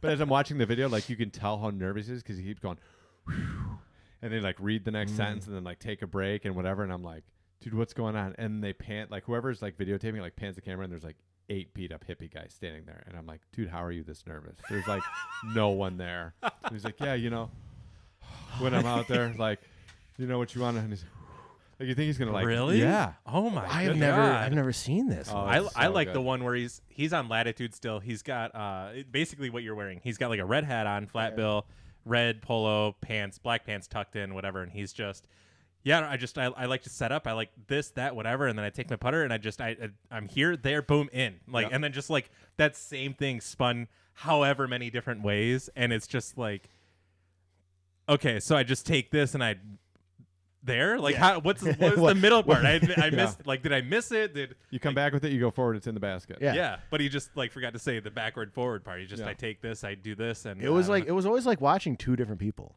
Yeah. It really was. Like how I mean, some people just aren't good at in front of people, that's fine, but like how can you be this guy in front of 8 people? Yeah. Like this should be like pretty simple and straightforward, man. Just talk to your boys. Like that's how it should be. Right. To turn around and be like, I have 2,000 people watching me run this death putt at the Masters Yeah. from Got it. 65. Right. No problem. No problem. Right. Got this Easy. thing. Like I always wondered the same thing. Like how does that happen? what switch Yeah. is in the head? And these It- guys it's- that are here listening to you talk about putting obviously are like big fans. Oh They- yeah, they they're need- just stoked that you're talking. Yeah, they're like, Yeah. oh my god, that's Ricky. yeah. And you're like, dude, we talked to Ricky today. Yeah. What do you say? I'm not really I sure. don't know. He told me Like just 4 put words, it in the but, basket like, for I like don't an know. hour. Yeah. I watched a video of his early on. He was still with Prodigy, and he was talking about throwing a forehand, and they were talking to him about like Yes. throwing a forehand. Was that when he was throwing into the net? Yes. Yeah, that one's. Another- I I just, never saw- I I hear never saw and I that just, one either. I just I just hear and Yep. like you get it right, like this. Yeah. I don't know. Yeah. He's still like the pace of his talk is all like choppy and fast. And he's like, yeah, and I take it and I got it here, and then I throw it, and then it's just over there. What? Ricky, are you okay? All right, just don't talk to me anymore. Hold on. You're like, okay, Ricky, it's okay. Just go win again. Yes. Yeah. Just go throw discs. Yeah. Yeah, it's a good one. I liked when he did he did an Iron Man match with someone. So one of them knew more about numbers. I forget who it was, and then Ricky's like, I don't think I ever knew what numbers ever meant. and I still don't. Like Yeah. I just like the I throw flight disc. numbers. Yeah, Okay. yeah, and I was like, sweet, like, Good. like, Yeah. yeah. I'm not surprised that he said that. I'm just glad he said it. Yeah. Because like even when Brody was like, I've learned that people who know like all about these numbers and this and that and whatever like really aren't that good. All the people that are really good are all like they know like a little bit, like the speed makes sense, but really it's like you go out and just throw the disc or whatever, like, and then you just feel it out. I don't know. I saw that video too. I don't fully agree with it. Yeah. Because I feel like you can understand the numbers, and if you understand them arbitrarily, you're good. Yeah. It's like, just a baseline, not where like it's fact. Well, and it's using both. Ooh, nice purple lava disc up there. Easy. I just saw that. We don't need another tuna. That looks like a halo. Yep. Mm-hmm. Yeah. Yep. There's only one. We might have to talk later. There's a few. No, I got a few of yours in there. Remember, I bought some off you, I the know. Skull Boys. Yep. Nice. They're stable. We might have to. They're stable. We might have to talk later. Do some stuff and things. I totally just derailed that Oh, one of my yeah. thought. Oh, I yeah, saw it's that. gone. I was like, Ooh, wow. piece of candy. Oh, yeah, total Oh. piece of candy. Whoa. So Anyways. today I threw a scorch. Yep. So testing it out. I'm telling Thomas. I know. I To hear it all the Lomas. time. Oh, Whatever. He's a fan. He's a fan of the show. I've already You're already emailed him. fucked. Yeah. So I had thrown Will's when he got his test flight. Yep. Because he was, this is super unique. And it is. It's a very unique mold. For Yep. being understable, Yep. that bite at the end, the fade, like, shows up and it's there. Yep. But it's also, like, weirdly not understable. Yep. It's a very unique mold. Yep. Like, it's really interesting to me. It truly is. So one of the guys had a first run. I was like, well, let me try it out. Like, I've thrown Will's test flight. I know what that one kind of does. Like, let me try this one. It's the comfort in the hand, the fact that there's no beveling whatsoever, screams understable. Yep. And this is where, like, understanding, I think, the flight numbers, but still understanding the real life applications of them too. Feeling it in my hand, like, understable. So it's a -2.2, right? Like, okay, so it should have a little bit of fight and it should have some turn. I'm thinking like Valkyrie kind of deal. And Nope. No. I'll tell you what, I pimped the shot. It was on 24 going up. It was like 5 feet behind my Ballista Pro. Yep.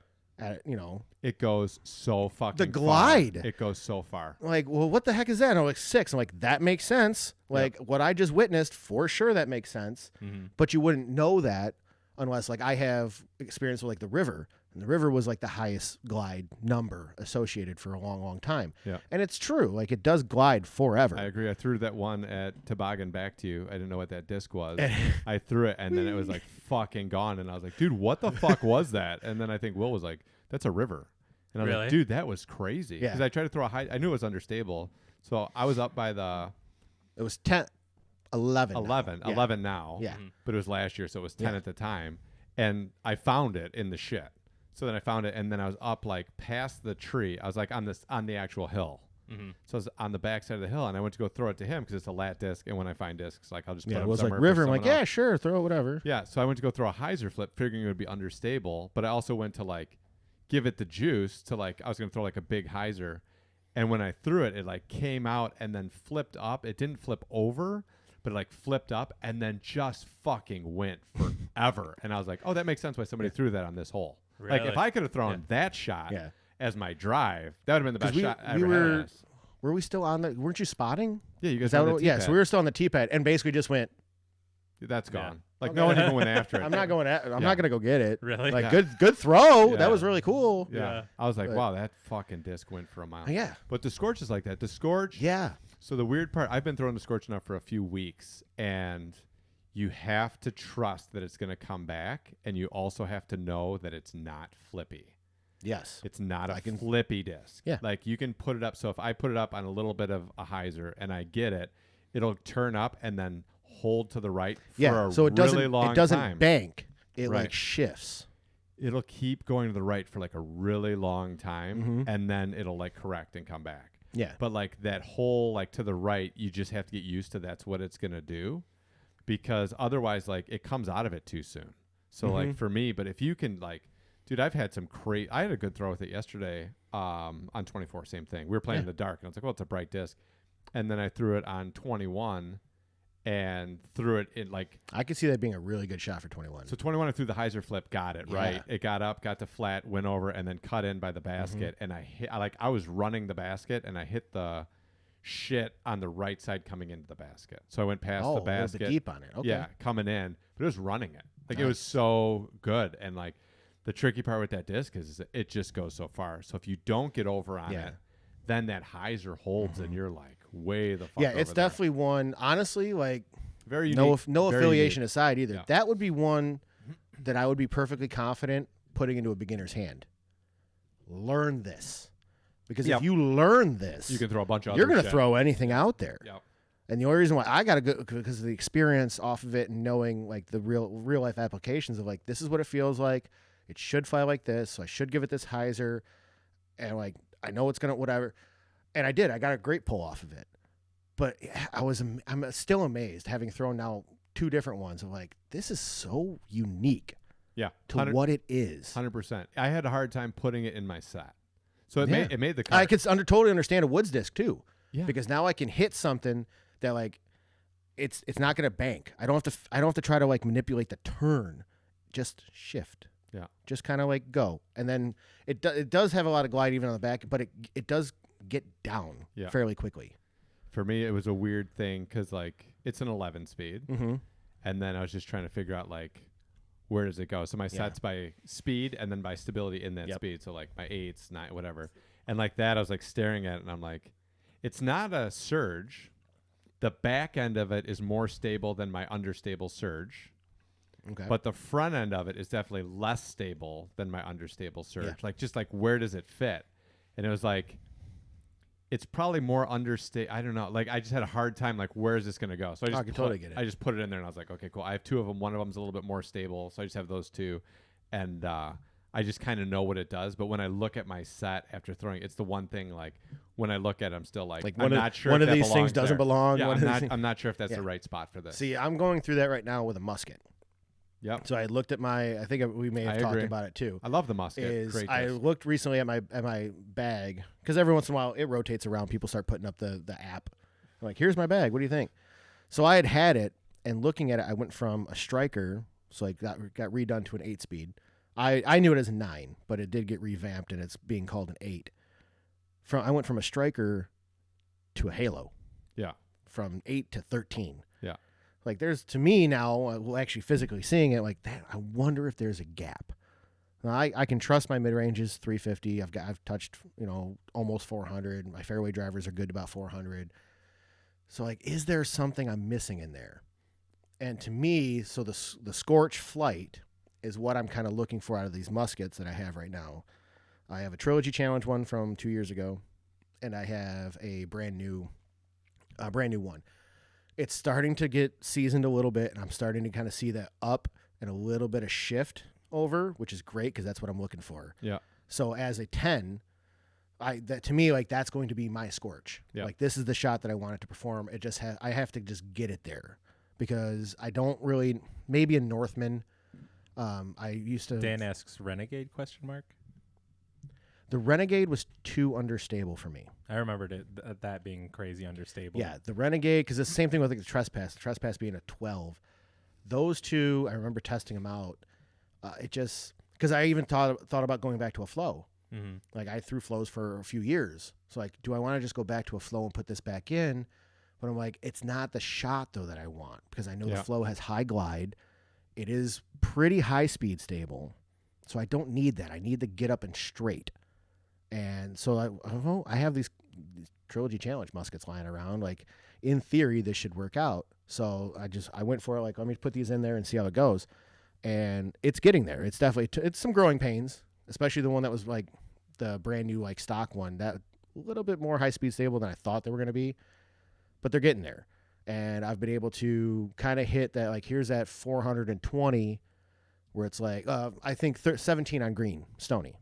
I have drilled that back bush line countless times. Yeah. Throwing my ballista because it's just too much. But to dial down, things get wonky. Yeah. Like maybe it fades out early, maybe I just don't get on it, whatever.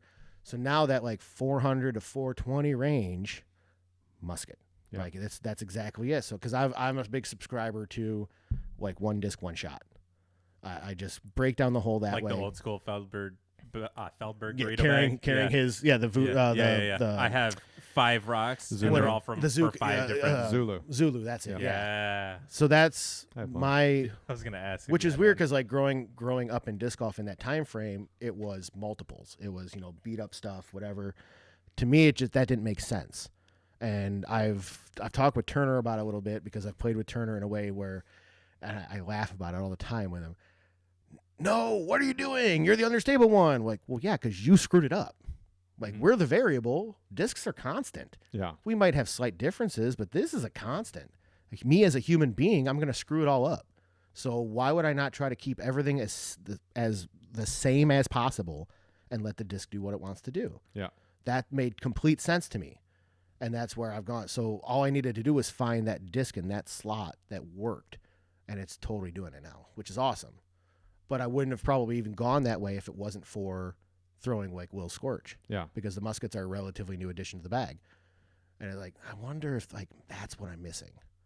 And it's awesome. Like it's a great switch. I love it. I'm curious to try it because I've always liked the shape of it. Because one of my most favorite discs is a Roadrunner, and I'm surprised I haven't lost that one yet. That's the longest standing disc in my bag right now, I think, by like. So it's like it's like 6 months old. That's a $5 disc. Yeah, probably.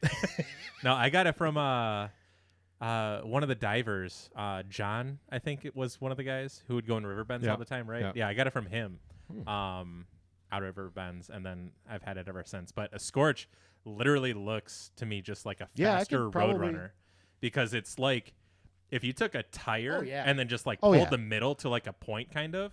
Yeah. Both sides are kind of shaped like pointy tire. That's obviously how to my brain that makes sense. Scorch is a little wider because whatever. It's a lot wider. Yeah, but yeah, it's similar. It's like a big version of a Roadrunner, and I think I can see it. Everything that I've heard, seen, whatever, having like something stable that I think can be forced into some like submission, basically like a Roadrunner, I think would be cool. And then having like a glidey Roadrunner that I can sidearm pretty good or whatever, and do some like tricky woods golf.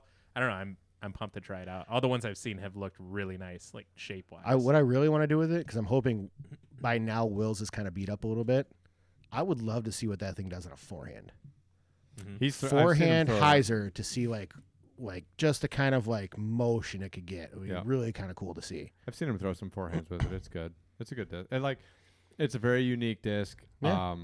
But it's awesome. And I will never. Hey, affiliation aside, if somebody makes a good product, it's a good product. Yeah. There's been plenty of discs that we have released that it's like, it's just not my thing, but personal feel, whatever. That mold is pretty freaking sweet. Simon did the same thing, which I admired. Like being on Discmania, he was talking about some other company. It's like, dude, all discs are awesome. You just have to find the shot for it or whatever. Yeah. So. Is Drew Gibson going to end up throwing a Scorch? Maybe. That's my like hallmark for it's truly awesome because he can throw whatever he wants. Yeah. I don't know.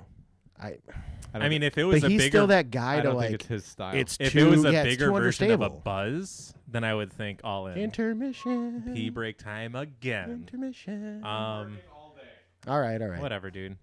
Yeah, I don't, because that was his thing when he was with Dynamic, with Dynamic. Like enforcers are, they're not overstable enough. He was the one that made me the most nervous to watch. Not driving, obviously, but putting. Oh my God! Like my his foot together standstill like thing. That and everything, everything. Like, dude, heart attack. Like on the verge every time he was about to putt or something. The big one for me right now, Ezra. Yeah, Ezra's putt. To me is like just very like it's weirdly smooth but not smooth to me, like watching it, like there's a lot of power behind it. I got to play with him at D-Glow last year. Okay. First round was him, Tristan Tanner, and Nathan Queen. Shout out to those guys because Nathan Queen's awesome, hella fun to play with. Tristan's kind of a clown, like he was really cool, and Ezra, like seeing that firsthand. It's hard to describe to me, but to me, like I'm looking at visually, like I get what you're doing, I get your motion, but yes, there's a lot of power behind it, and it just doesn't look like it should work.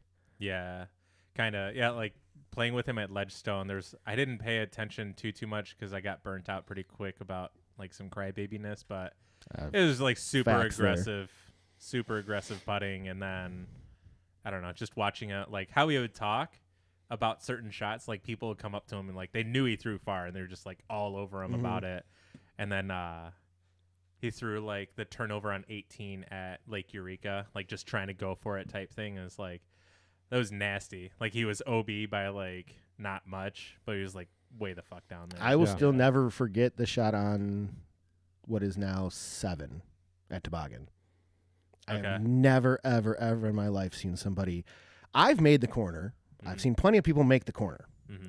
I have never seen somebody make the corner in the air and wind up down that left side hill. Yeah. Into like the brushy area. That's where he was. That's silly. And it was just a total like, what the fuck? Yeah. Like, One of the best. What did I drives I've just seen. wit? And he, the crybaby showed up because he had no putt. He was all pissy. That was kind of, that was one hole after he just got a bad break. So there's like a 5-hole stretch where he kind of like went tilt. And that was like the real start of it. But I'm like, do you not realize what you just did? Yeah. Like my brain melted, gone. Yeah. Like how the hell am I going to walk up down to like knowing where you probably are? Right. I have to walk up to my drive that like barely got to the hill because I kind of misfired and somehow pull off this like hero shot, flex around, whatever. I would take that in a heartbeat, dude. Yeah. Like you got to be kidding me. That should be like a routine up and down, and if that's a routine up and down for you, that's a birdie. Like, come on. Yeah. Like it's not terrible down there. It blew my freaking mind. Yeah. My funny. My what the fuck nervous putter's Barella. Yeah, that too. Yeah. He has gotten better. He was better. He's gotten this a year. lot better. Yeah, but a lot of like just force feeding the putter to the cage. Yeah. Yeah, the amount of remember I putt hard, right? That's what everybody said for you. Like, man, you putt hard. I'm surprised I don't he putt hasn't hard. made one through the side, like one just wedgie jammed. right through. Yeah, and it's like a hard, like a KC AVR or whatever, and it's like just folds right through it somehow. I'm sorry. Yeah, I'll go in. Nice par. Don't make me go get Katrina's putters. Yeah, I swear. Oh my god. His putt was 150 feet from 10 feet away, and the basket just let it in. I was like, whatever, man. You can have it. Just don't a chain disconnects and grabs the putter and brings it back in. Like, no, we got it. We got it. Just don't. No, you got to come in here, dude. I swear. This is not going to end well for either one of us right now. Just don't throw at me again. Yeah. I'll catch it. Whatever I got to do. Whatever you make you a do. sandwich. I got you. I got a hot tub, dude. I built it for just you. Like, oh my god. Yeah, I forgot about it. Yeah. But you know that's because he's gotten better. Yeah. He hasn't been like on my brain as far as like weird stuff that he's doing. Yeah. To me, he always looks like a billionaire that's like trying to blend into regular society.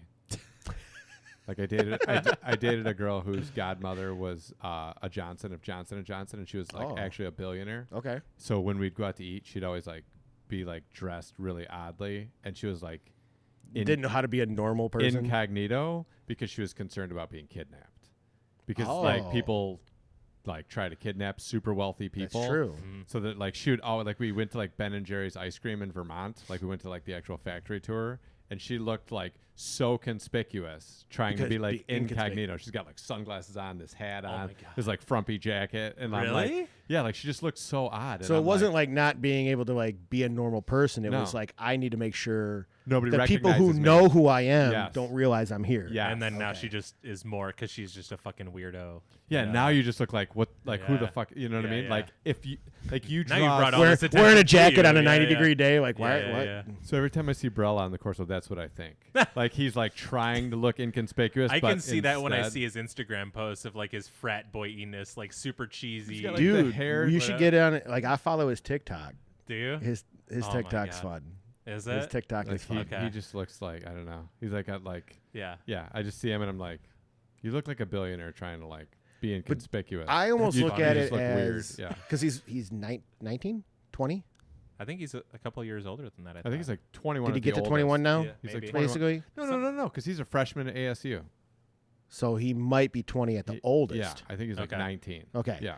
So I think part of that is still his like 12-inch growth spurt. Yeah. He's just still absolutely. super awkward. Yeah. When I filmed, He it's still just funny. doesn't fully know all of his motions. It's eagle. Yeah. It's Eagle all over again. I don't know how to walk. I can do all this other stuff. But everything or this throw is so graceful and Yeah. like, But like the actual like mean, control too. of my body escapes me sometimes. So I'm Yeah. just kind of like here. Yeah, I filmed him for Amnats when he was here, and then just seeing Rella? him. Yeah, and then just seeing him later, because like then he was like, they were all the same height, but I was Yeah. like, we were all like the same height. I might have like an inch on him. Now he's like a couple inches taller than me or whatever. Like it's hilarious. He's just a string bean. Anthony Barella. It says on here that he's 6 feet tall, weighs 145 pounds. He's more than 6 feet. He's This 6 feet. This is in 2017. Oh, okay. Okay. So he was I was gonna still say on the he's growth gotta spurt. be- Yeah. It's like I'm Technically, like he's still 6. growing. I'm 6'1", 6'2", and I feel like this kid. Like I gotta look. There's only like a handful of guys I gotta look up to when it Mhm. comes down to it. He's got to be one of them. Yeah. I think at this point. Yeah. Him, Vinny, Germ, Ricky. Yeah. Vinny, I thought was gonna be taller. Like I know he's tall. And he's still I had to- 6'4". Yeah, but yeah, I don't know. He's also so gumpy too, but he's the best. All right, so in this He's the article, best. he's 15, and this article is from...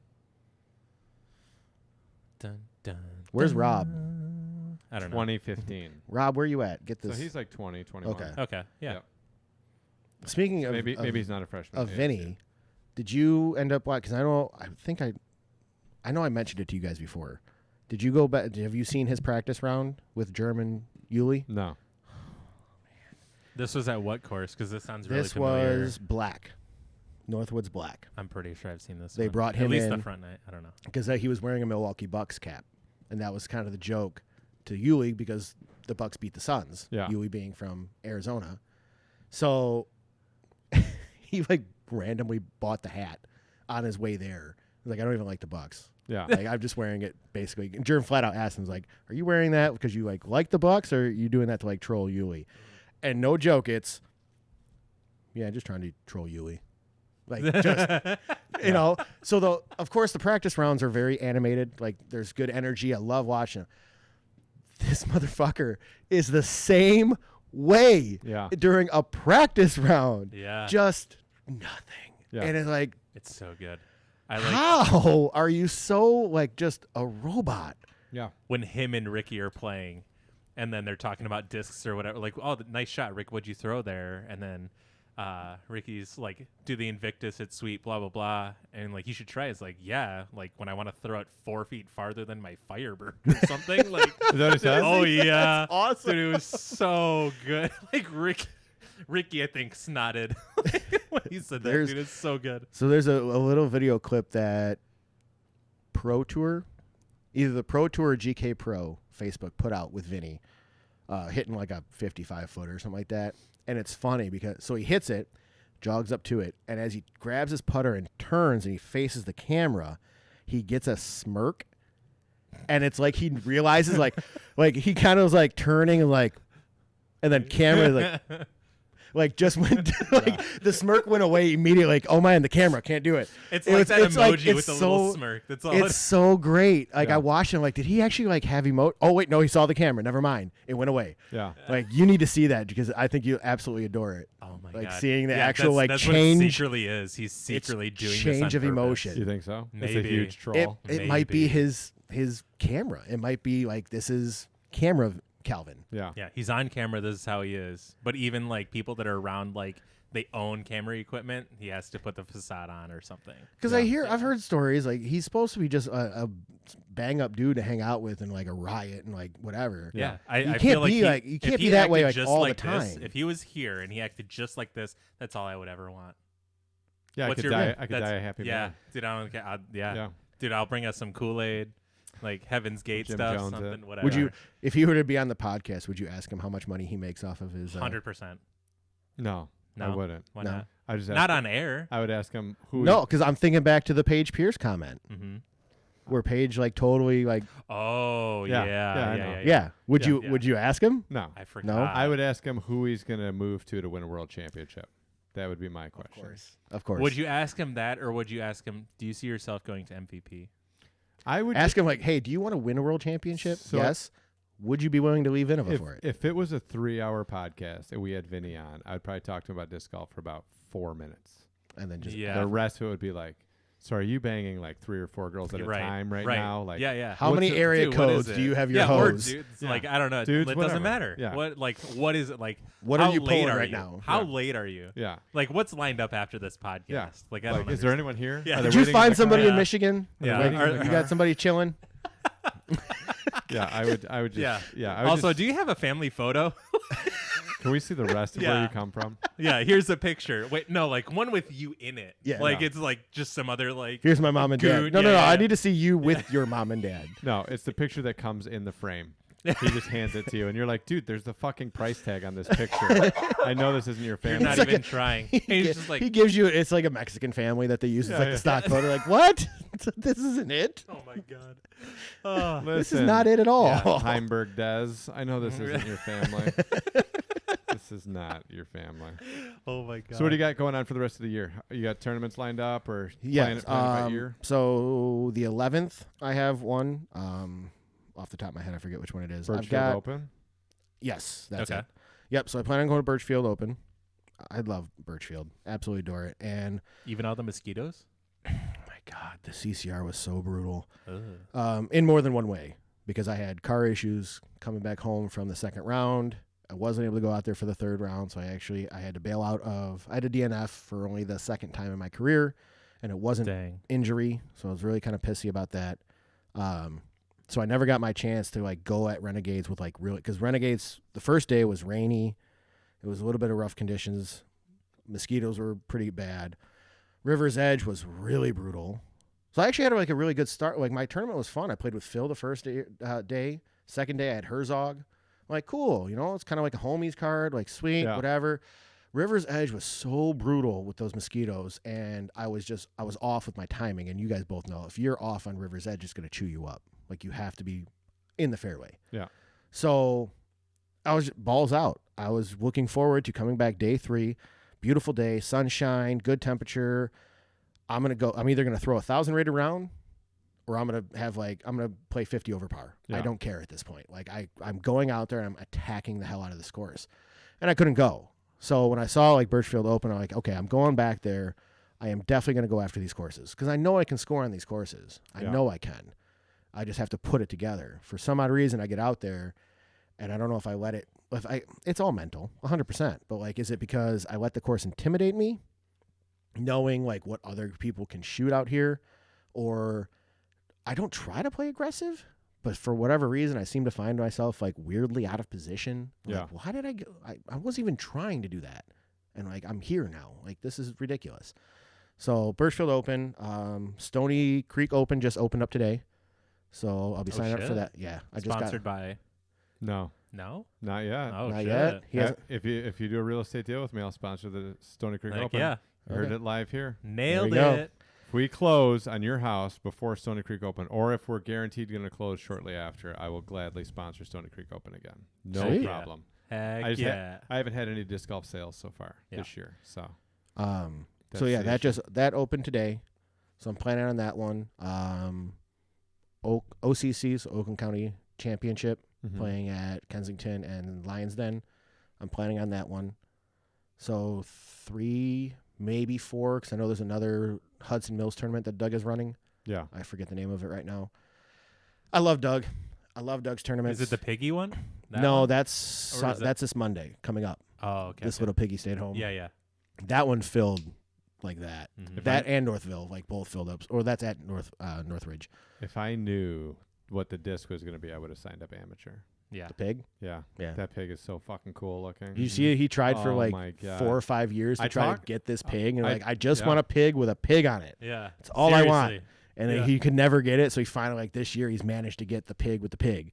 Like, sweet, So that's he- cool. He said that he's got some pro pig glow Okay. Ooh. for I think payouts. Nice. They're not the not the player pack ones. Mhm. He's like, I got some, and they're gonna be for payouts or CTPs or whatever. Yeah. And I was like, damn. I know.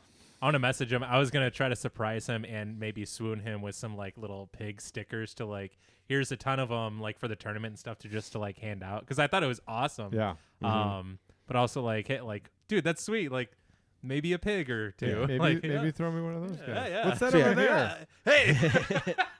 Hey. I want to say at most probably 4. I have a couple other things I want to get. I've got the Lake St. Clair course stuff going on. I need to get in touch with Total Sports. Jordan Fletcher and I are looking to create a marksman league then at Total Sports. Yeah. Just because we lost the Loving Touch as a venue with the Mitten Bag with Jeff and Sam. They ran that marksman league out of the Loving Touch in Ferndale. Doesn't look like we can access that again. Plus, they moved over to the east side. Jordan and I have been to Total Sports and have seen the spot. It would be absolutely perfect for it. We've talked to one of the bartenders who kind of manages a little bit. She seems pretty receptive to it. She sounds hot. Nice. It's not bad. Yeah. Yeah. I heard bartender. So, I just got to get in touch with the one owner and see if it's something that they'd be willing to do for us. So I've got like other stuff going on that towards the end of the season I need to ramp up that way. What about the triple threat? It's written down on my schedule.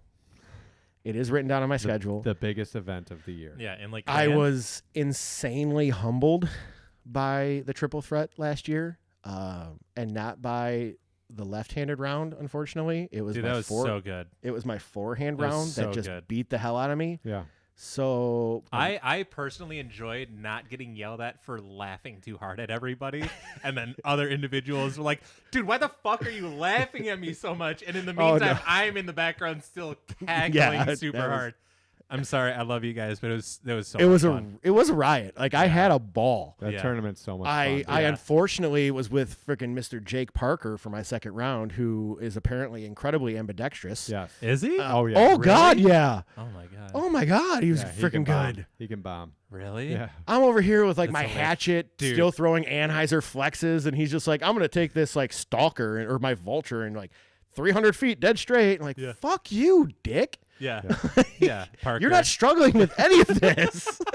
The fun is the struggle, you fucker. You're not having fun. Yeah. You're doing this wrong. You're What the? doing it wrong. You're not supposed to be this good with your offhand. Yeah.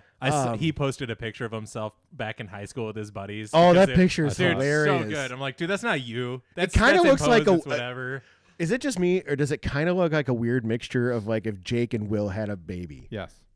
Like, okay, I'm not the only one. I looked at it, I was like, this really looks like remember Will and Benny did the Zach Brigham photo? Oh my god. That they were like mom and dad was Zach, and Zach was sitting, they had like their hand on his shoulder. Oh, I think so. Yeah. So. To me, like taking that photo, cutting it out, and putting like Will and Jake with like baby Jake Oh Yeah. my would god. 100% work. I literally thought the exact same Okay, thing. I'm when I not the saw only that one. Picture. Dude. I was like, What, this this- looks like their kid. Yes. Yeah. Holy It's crap. hilarious. Yeah. Get on that, Mr. Yeah, text me. Mimi. Yeah. I'll make that Mimi for sure. Oh my god, that's so good. So yeah, the triple threat's out there because I did have an absolute ball. Are you guys bringing it back to firefighters? I think we might stay at Star. We might stay at Star. Oh, so, it was normally a firefighter. Yeah. Right? Yeah. so we so forgot when I about signed up initially, it was firefighters, but of course we couldn't do organized right. stuff there. Right.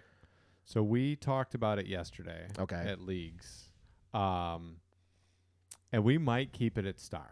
We'll see. We might do fire. It's up in the air right now between the two. I will at least say Star presents a bigger challenge. Yes. For sure. And because the forehand lines are tough. And it's what forehand flexes are not a strength of mine. That's a weakness in my game 100%. Touch forehand flexes, that kind of stuff. So it is something that I have started to work on this year. In thought of that, same thing. Like I will dick around and putt at home left-handed. I'm pretty good from like 20, 25 feet at this point now. I just remembered something. I'm sorry. Go ahead. So trust me, there has been some training involved Yeah. with the triple threat in mind. Yeah. But I haven't done enough where I feel like it's going to be like I can step up and I'll be like I'm going to be that much better. Yeah. That's one of the off-season things. So whether Nobody gets that much better every year.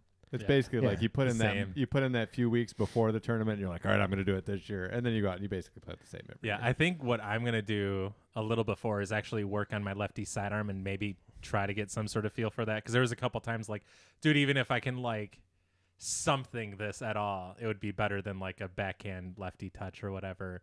And it was the second round, and we were walking past you on the long hole, I think 4 or whatever it is, and you were in a spot and you were lining up a lefty sidearm, and I was like, he's gonna chump this Oh, into the ground. I knew 100%. So hard.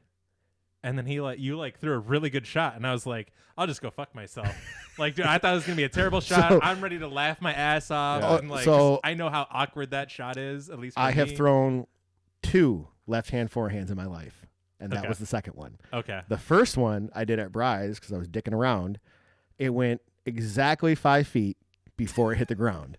So when it came out, it was I would have thrown a better roller. Yeah. It came out and just boom straight down. Yeah. And like scuttled for like 5 feet. So it went like a total of like 10 to 15 feet. So stepping up to that, I was already like, I'm going to laugh my ass off. Yeah. Like, I can't believe I'm doing this, but it is literally like the only shot I can try to pull off right now. Mm-hmm. What you didn't see probably was the insane look of shock on my face Yeah. when it came out. And I was like, yeah, all right. Yeah. Hell yeah. All right. Where are the Because in my head, I was like, It was supposed to be bad. yeah, it was trust me, up here Yeah. I was fully prepared to be terrible. That's hilarious. It was 100% prepared, like I'm only going to get this far, but I'll be in a better spot than here. Yeah. And then it worked, and there was that instant of like I didn't want to be like, "Hell yeah," cuz I know like that ain't happening again. Yeah. No way. But I didn't want to come out and be like, "Yeah, that was total fluke." Yeah. So it was like a roller coaster of emotions That's hilarious. in that like couple seconds after that came out of my hand. We did lefty thumbers at. Oh my god, that sounds painful. We were at Jimmy John's Field when they did the ace race or Yeah. whatever. Dude, that was so much fun. We were in the outfield, and someone came up with the idea of like the one hole we were all going to throw lefty thumbers on, and I was like, I'm going to end up in the hospital. Like, I'm not sure what joint is going to go. That immediately but sounds something. painful. I was like, It'll probably be your calf. yeah, I don't know. Yeah. Kidney, Yeah. something. something weird. Something weird. I got to take Sandy to the doctor on Friday for her MRI. She tore a rotator cuff. My mom, Oh my God. yeah, laying in bed reaching for the remote. Really? Hey, Sandy. She was laying there, and she was like really weird the way that she was So it's her like- left arm. So it was like Oh. this, and then she like went like this, like really like kind of aggressively or whatever. She was laying there to get it, Oh, and then her man. shoulder bothered her, and she asked me about it. And I was like, maybe you tore your labrum or something. I don't know. There's a lot of moving parts in a shoulder. You have like a lot of just like fleshy tissue in there as Mhm. like lubricant and stuff. Mhm. And then she went to the orthopedic, and he was like, yeah, you tore your rotator cuff. She texted me. Wow. She's like, I tore my rotator cuff. I called her. I was like, no fucking way. I was like, what were Really? you doing? She's like, he said the position that it was is exactly like how you're vulnerable. If your shoulder's all the way open and then you go to reach up, like that's So how you do it. this- I'm not Well, gonna it's do it's it, the but throwing motion. Like it's like the baseball back. pitcher motion Yeah, is the like the most back. unnatural The back position part. for your shoulder. So Yep. that's what it is. wild. Yeah. Wild. But that, like, Dang. how aggressive did you reach for that remote? Like, how badly did you need to Oh, change the she- channel? There was something on, and it had to go. They probably It switched had over to like go. MSNBC, and Yeah. she was like, not on my watch. Let's get Fox back. Yeah. Something Oh my like that. God, that's good. great. These Holy. people, yeah, whatever. That's good. That's fantastic. That's a good deal. Dang. So, yeah, what do you got going on? Do you got any tournaments you're signed up So for? I've been doing a bunch of field work with Dan Yes. lately, which I've has seen. been awesome. We had one yesterday that was just like phenomenal. And have you seen the overthrow guy at all? We talked about it or anything at all? I have not seen it. No. So there's a guy, I don't know his name. I haven't caught it. I just call him Tubby. He's Tubby. Okay, but I don't know if he was like a tennis coach, tennis player, whatever in the past, but he's really good at explaining things and how mechanics should work for like a Okay. throw. So, and he can do it too. Like being a little guy, and I was like, we'll see. Like I want to see you throw it. Like it doesn't have to be great, but it has to be like clean. I would expect, if anything. And he's doing there's this one exercise, like the Flappy Bird or whatever. And you're like standing there and you hold your arm out and then you're just like turning your hips in and having your right arm smacked here. Okay. So he gets that motion with a disc in. He's doing it a couple times. Like, this is the same thing. I'm going to do it a couple times. And then he just rifles this thing from a standstill. Like, okay. And it's a bomb. Yeah. Yeah. Like it's far. And then, This YouTube channel? Yep. yep. Okay. Overthrow disc golf. Overthrow? Yeah. Yep. All right. The videos are quality. Him and his camera guy, both like super entertaining guys and like keep you engaged. And it's like short, sweet, to the point too. So you could watch 30 minutes worth of videos, and it will be, all right, I'm not going to say what it will be.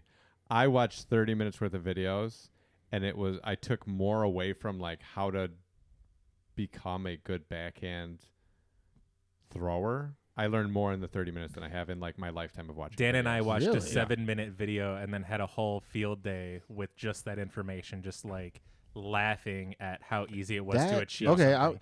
that's so when I worked on my backhand, that's what it was. It was the Beto video, Dan Beto.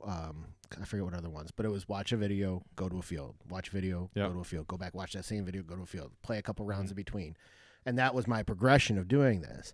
Since 2012, 2011, I have not come across anything that is, I don't want to say worthwhile, but that's kind of like, that's worthwhile to me at this point. Yeah. That will like pull a light bulb chain. Yeah. I don't want to say I know it check all, this but guy I think you understand what I know everything. I know what I'm supposed to be doing. I watched a video today. So I'll have to look into him for sure, Yeah. because if that's going to kind of be like Yes. a little it's hump. so Yes. simple. I Really? feel It's like I'm so- on like off a weird plateau and I can like go up right now. All right, I'm down. So It's literally like, do this thing. And you're like, oh, okay, cool. Like, it's Yeah. super simple. Do this. Okay, cool. Yeah. Now you're going to do this. And you're like, oh, okay, cool. That makes sense. That's And exactly. then it's like, you're going to do this. Yeah. And you're like, okay. And then it's like, and then you put those together. And then you're like, wait, what the fuck just happened? yeah, I was telling him it was like I'm inputting code and hitting enter, and that's it. I have like step 1, step 2, and then the last thing is like, I like if, it. if one It's is crazy. if It's one is literally good, crazy. 2 is good, 3 is fire. That's it. Yeah. All right, And I then definitely it- got to look yeah. into because It's- that's how Beto explained his stuff. It's so back stupid. in the day. It was like really straightforward, like, and that's like having the lessons that I've given too. It is like, yes, I'm giving you a ton of information, shit ton of information, but process it in the simple form. All you have to do is this, do this, and this will happen. Yeah. You just have to get into this motion, whatever. But Yeah. this is like, So like if he's breaking it down further into like more basic building blocks. yeah. And then a drill. Like, here's a Yep. drill that you do. Yep. Do this, get this muscle memory. Once you have this like dialed in, then add this. And then you do that. And then it's like, okay, the whole lower part of your throw is now mastered. You're good. And then it's like, Really? now do this for your arm. And you're like, okay, now do this for your arm. Cool. Now we're going to do this thing where it puts both those things together. And you're like, oh, okay, cool. And then it's like, now you have great form. And you're like, wait, what the fuck just happened? I didn't even realize I was being taught. I'm pretty sure No. I found out that he just is really good at like he's got the idea grasped very well, and then on top of it can He can perform regurgitate it very well. Yeah. I don't remember which one I watched today, but I got that sense of like, oh, you just like you got it, and it's just like both sides. Talking about somebody, because you've dealt with Dave a whole bunch, Feldberg. yeah. Dave can explain like the biomechanics of stuff so well. Mm-hmm. But to me, it's you kind of have to already kind of know things. Mm-hmm. So this guy is taking it like not dumbing it So- down, but he's taking it a step lower for so much more Basic. easier to swallow, ingest, So and spit it out. So for me, big It's fan. awesome. We talk about it all the time. Big fans. Shoestrick in terms of explaining how to do a backhand Yes. throw. Mm-hmm. Really good at explaining it. The Simon and Eagle video where they're throwing backhands. Really good video Those in are terms good. of doing it. The Simon doing slow mo and the amateur doing slow mo. That comparison video. Mm-hmm. Really good at breaking down form. Then there's Bradley Walker who does spin and throw.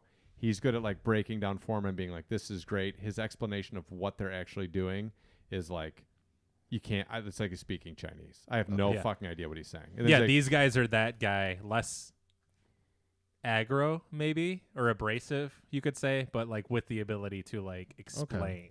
and this- it takes out all of this, Overthrow. like, I don't know how to explain it. Like, it takes out all of this stuff and is like, do this simple thing. And you're like, oh, okay, cool.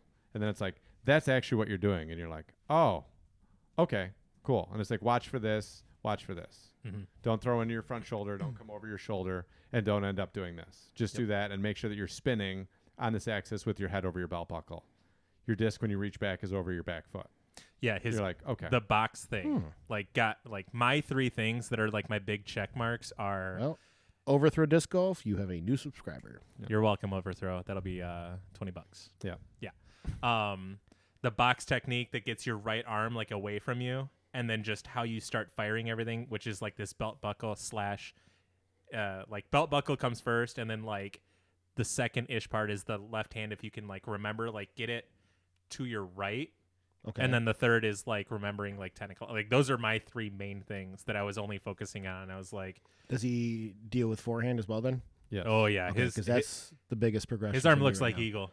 Really? I'd never found the frame to like show you, but he's got another one that I stopped throwing sidearm yesterday because I was like, I don't want to keep doing. I want to see what he has to say and see if there's that same thing of like, dude, 5 minutes made me think about something so differently and so simply that I was like, dude, I can just like rise from here even more, and that was basically it. And then he's teaching a buddy of his who's like decent-ish, like he's the typical casual guy who can probably like if he makes it a hole 2 at firefighters and like in butting range, he's pretty stoked. Okay. And then he gets him a little cleaner. Like he's got a couple, like the first throw after him telling him to do one thing was tuck the disc in more and get a little more of a grip. That took him 30 seconds or whatever to explain it. Super clean sidearm, and then like builds off of there.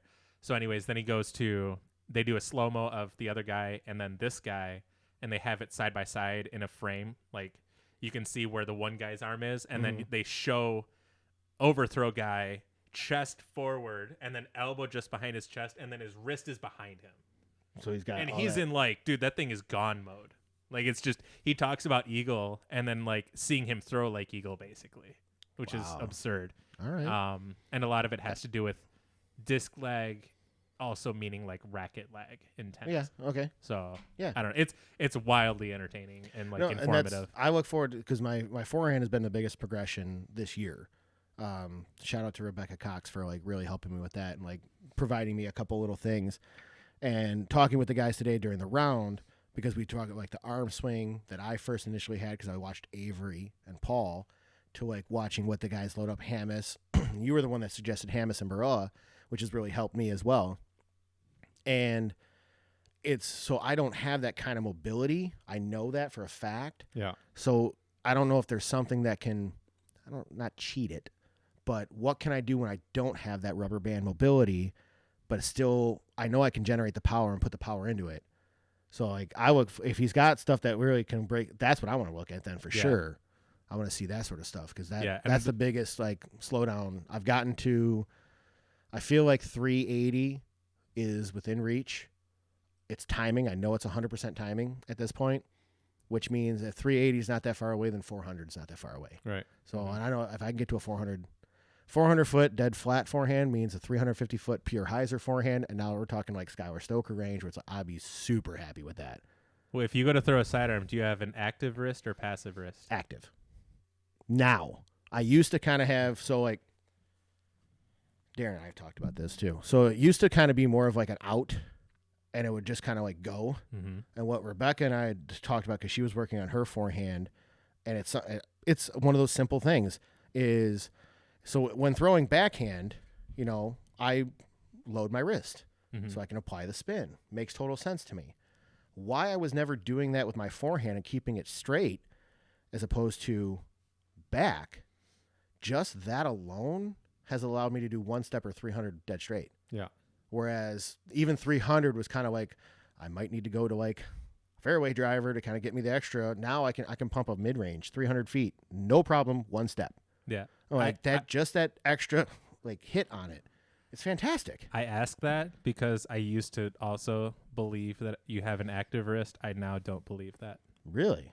You'll see. I don't want to like go more into it because I have to like go and figure it out. Okay. But in the way he explains everything, makes it, again, it just makes so much sense. Dude, it's I'm like, excited for this. Like everyone knows English. It's just who can better put and string those words together. And I'm really stoked about that for sure, because it has been a long time since I've been able to watch something online that really kind of like gives me a breakthrough. Yeah. I'll watch it and be like, yeah, I got it. Like I know, or I figure that out. Like it's just a matter of like implementing it, whatever. So if this is that like fresh stuff, that'd be sweet. I'm really looking forward to that. Dan says it's passively active. Cry face. I swear to God, Dan. Passively active. Whatever. He said he smushed a Thundy like 380-400 out there working on it. I tried to get him on the podcast today. He told me no because of field work. And I was like, ooh, yeah, I get that's it. Respectable, Dan. Yeah, this was one time where I was like, man, it would be sweet to like go do field work. So there's a field right down the road from me that's got some big bright lights. I didn't get to go before the podcast. I might actually just go after this or something. You're not that far away from here, right? Mm-mm. I'm a half hour down. I know you're right up the road from me, and the place isn't that far. I'm down 16. Yeah, this place is on 15 and It's Shelby High School, I think it is. I think is what it's called. Okay. But either way, I mean, I've got my cart in the car. Yeah. Maybe I can. Maybe. Go. Maybe. yeah, Heritage Junior High. Oh, I know. No. That's the high school we go to, Dan. Oh. The other school, it's like one I road. know Heritage, but it's that's like not... one road over. Heritage is the place that him and I go to a Okay. lot. And just like, I don't know. It's funny how easily, it's funny how easily the podcast can get to almost 3 hours. Like, it's the same out there. Like, we're out there, Yeah. and then, like, we were there before the kids who are doing football practice. I don't know how hard you're going to make kids train that are, like, 7 years old playing football. Yeah. We're, like, way before them, and then we were there way after they had left. And I was like, I feel like they were there for, like, a half hour. We were there for 2.5 or something. See, and it's something that I've always been very fearful of, is trying to work on a forehand, because if you don't have good form, like, okay, I'm trying to learn good form, which means I don't have good form, which means the possibility of hurting myself is greater. And throwing forehand after forehand after forehand, getting tired, getting more relaxed on it's just a recipe for disaster. So I am extremely fearful of that sort of thing. So if I can have more like direct and like focused training, that makes it sweet. I'm all about it. Because it helped me here too. The one night I was able to come here over the winter, we filmed, and you saw right away, you're like, you kind of do this. Yeah. And it was that hip shot.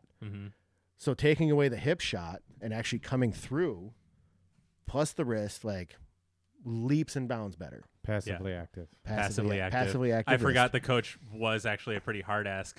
He was like, if you drop a pass, you will run a mile. And then Dan and I started talking about what was it? Remember the Titans or whatever, the Denzel Washington. Yeah. If you do blah blah blah, you will run a mile. If you this that whatever, you will run a mile. And I don't know, it's so good. But they're 7. They were 7. They were 7. That's definitely hard ass right A there. mile to 7-year-olds is like 4 miles. Basically. Yeah. How could you fathom a mile? I don't know. At 7. Or would it just be the boundless amount of energy that you have as a small child? Did you just one?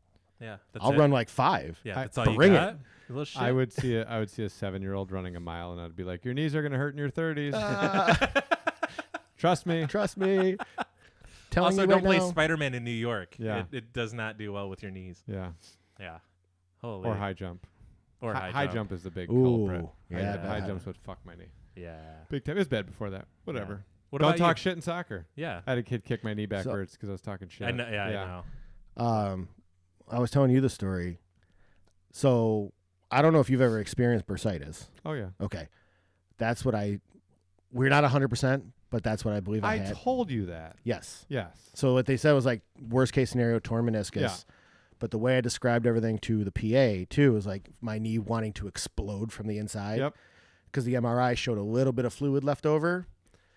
Oh my fucking God. That pain. That's what you dealt with?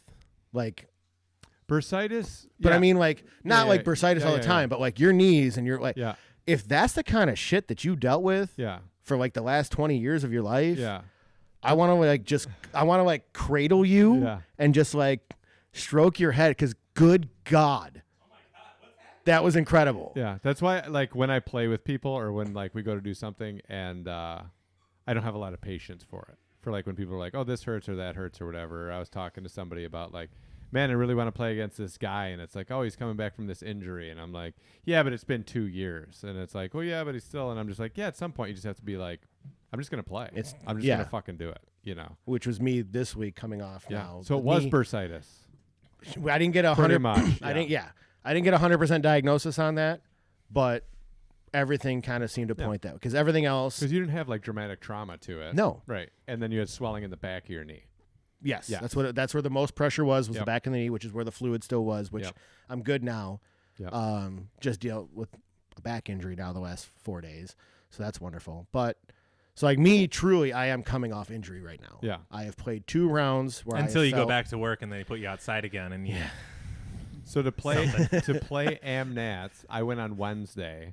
They pulled out a syringe of fluid out of my knee, shot PRP into my knee, and then I played AmNats on Friday. I played practice round on Thursday. I can believe that because if I could have just done that myself, like jamming a finger, jamming the nail, like let me heat up a safety pin, poke the nail, the blood comes out, and that release. If that's what I could have felt like the next day, I'd have done anything. I would have done anything to have that happen. You can't do that. So I didn't know. So when they pulled the fluid out of my knee, they had an ultrasound. Okay. So there's all these layers of tissue, and it's literally like pockets of fluid. Yeah. It's not like fluid on the joint. So like when they went to pull tissue out, like she had the ultrasound there, and then she was reaching in with the needle, and you'd see the needle to come hit in like on the that, ultrasound. Okay, that pocket. And then pull that pocket out, and then go over here and pull that pocket out. And the crazy part is what they pull out looks like Mountain Dew. It wasn't blood.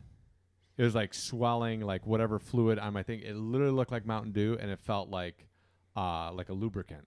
Like I mean, that's what it is. Yeah, it's like a body antifreeze or whatever. It's a body lubricant. like Astroglide or whatever. Yeah. Like olive oil. It's like olive oil, but it looks like Mountain Dew.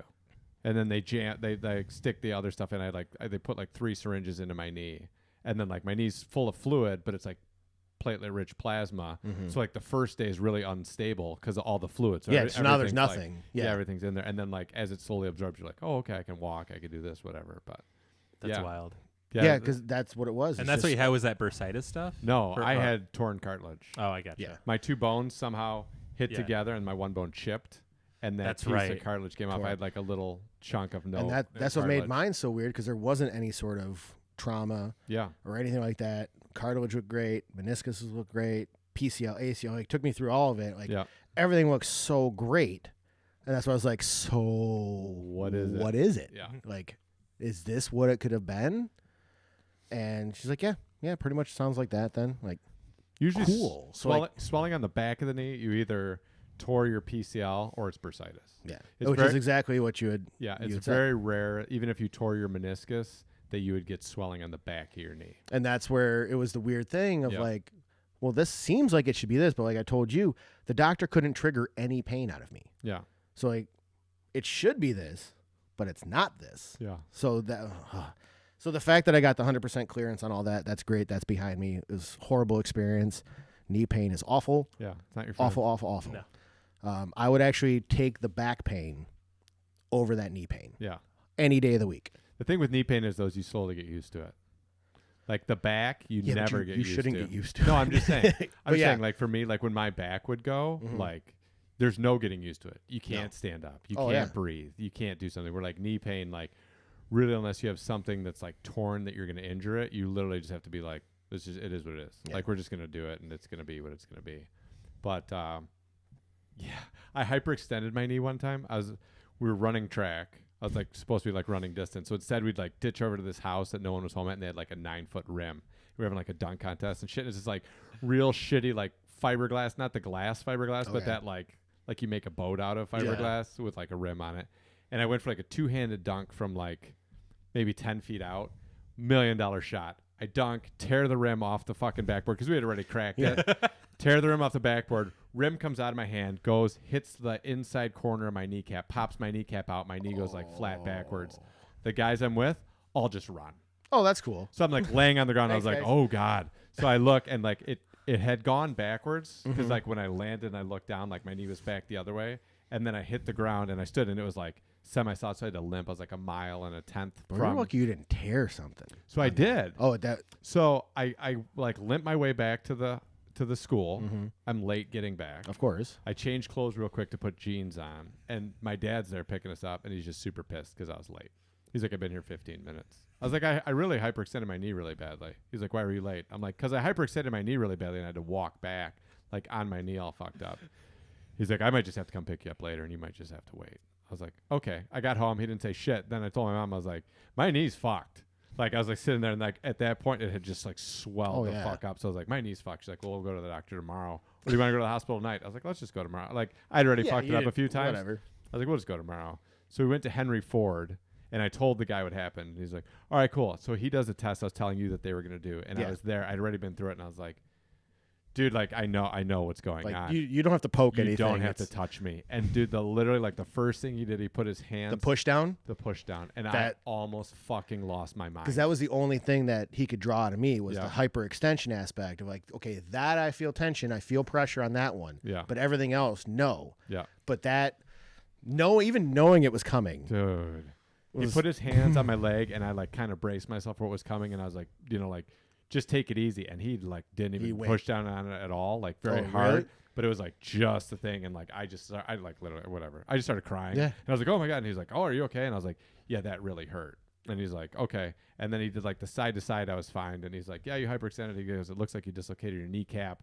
And so then this other stuff. So dislocating my kneecap actually saved my ACL because it wasn't rigid then at that point. Yeah, and it didn't have to go around it. Yeah. So like it literally just bent. He's like, so you might have torn your PCL, which is on the back of the ACL. He's like, you might have torn that. Hyperextended. Yeah. He's like, but he's like, you're actually kind of lucky. He's like, the trick's going to be your kneecap. I don't know how long it's going to take to heal. And it's back in the groove now, your patella, whatever. And I was like, oh, okay, cool. And then I think it was the next year I just snapped it. And then I was like, oh. And then they put my knee back together.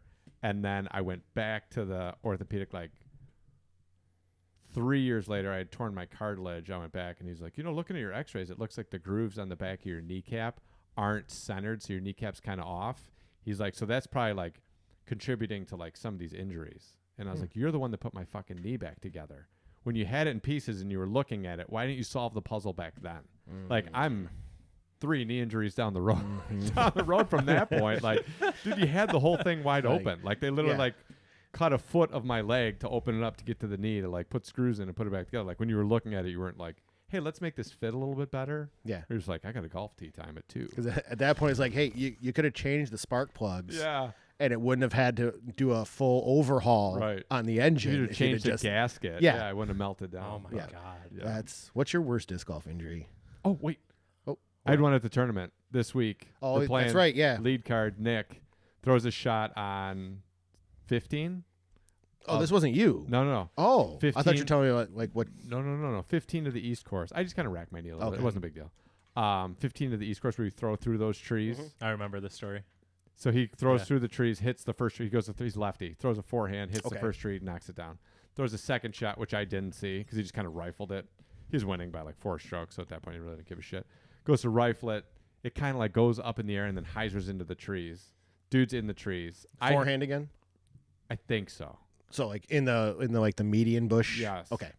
So I had hit a tree and fallen into the middle. First time I ever didn't make that gap. Just threw like a nose up, really wide hyzer and figured it would drift back towards the basket. I was like 20 out. I couldn't see the basket when I threw. I was like, sweet. Nailed it. He throws out of there onto the fairway and then goes, I think I broke my finger. But he said it like really jokingly. And I was like, oh. So he walks up or whatever, and like Sancho's getting ready to like putt or do his up shot or whatever it is. He's like 100 out. I don't know, whatever. However far he is out. He's he's farther out than this guy. So he goes to like throw up, and the guy turns to me and he's like, "Have you ever popped a finger back in place?" And I turn, and I go, "What?" And he shows me his hand, and his like bottom knuckle on his pinky was totally dislocated, and his finger like came down and then went out and then back to his hand. And I was like, I can pull it out for you or something, or and he's like, I think I'm just gonna do it. So he pulled it, and you heard it like pop back into place, and then he like cringed down, and I just started laughing. I was like staring at him, and I was like, dude, I know that's. I was like, I've dislocated my finger before. I'm like, I know that's like. He's like, dude, it hurts so bad. I was like, it felt okay because your body was shutting. Now you just gave it that much more to think about. Yeah, and it's on his throwing hand, and then he goes, oh my God. Oh, that's going to be a stop by urgent care. And I was like, yeah, hopefully they just have a drive-through because it's on your driver's side arm. You just pull up and be like. Cortisone right here. Yeah. Just like right anywhere around here, please. Oh, my just God. Nail it. Yeah, you'll be good. What about you? Have you been injured by disc golf? Oh, yeah. Okay. I think the worst one that I for sure regret the most was I threw... At Firefighters, hole 16 was the old hole instead of the straight hole. It was the sidearm shot. Oh, yeah. Or you could throw like backhand straight, but it was if you have a sidearm, you just throw that. I threw a yellow 11-time Firebird. I remember this very distinctly. I was having a rough go of it. This was back when like I was more eager to like accept anger and then just like let it fill me or whatever. Yeah. And I threw a shot. Someone like Lance Roush like laughed at it and said some like normal shit talky or whatever. Yeah, I reached out to him the other day and then like got ghosted super hard. I was like, okay, cool. GSO. Did like all that happened and then I just hit the sign like hard, but like the old metal sign. Yes, and I hit it, but I meant to like pop it real quick, but I like more into it and still pulled away. I was like, oh, that really hurt. And then I looked at my hand. I had this like crazy looking thing on it. Like my knuckle's still swollen, but I went to 4 doctors, had a bunch of X-rays. They're like, everything's like fine or whatever. And then the only thing that popped up was the tendon thing that I talked to you about. And then Yeah. is if that ever arises, I haven't had it since then.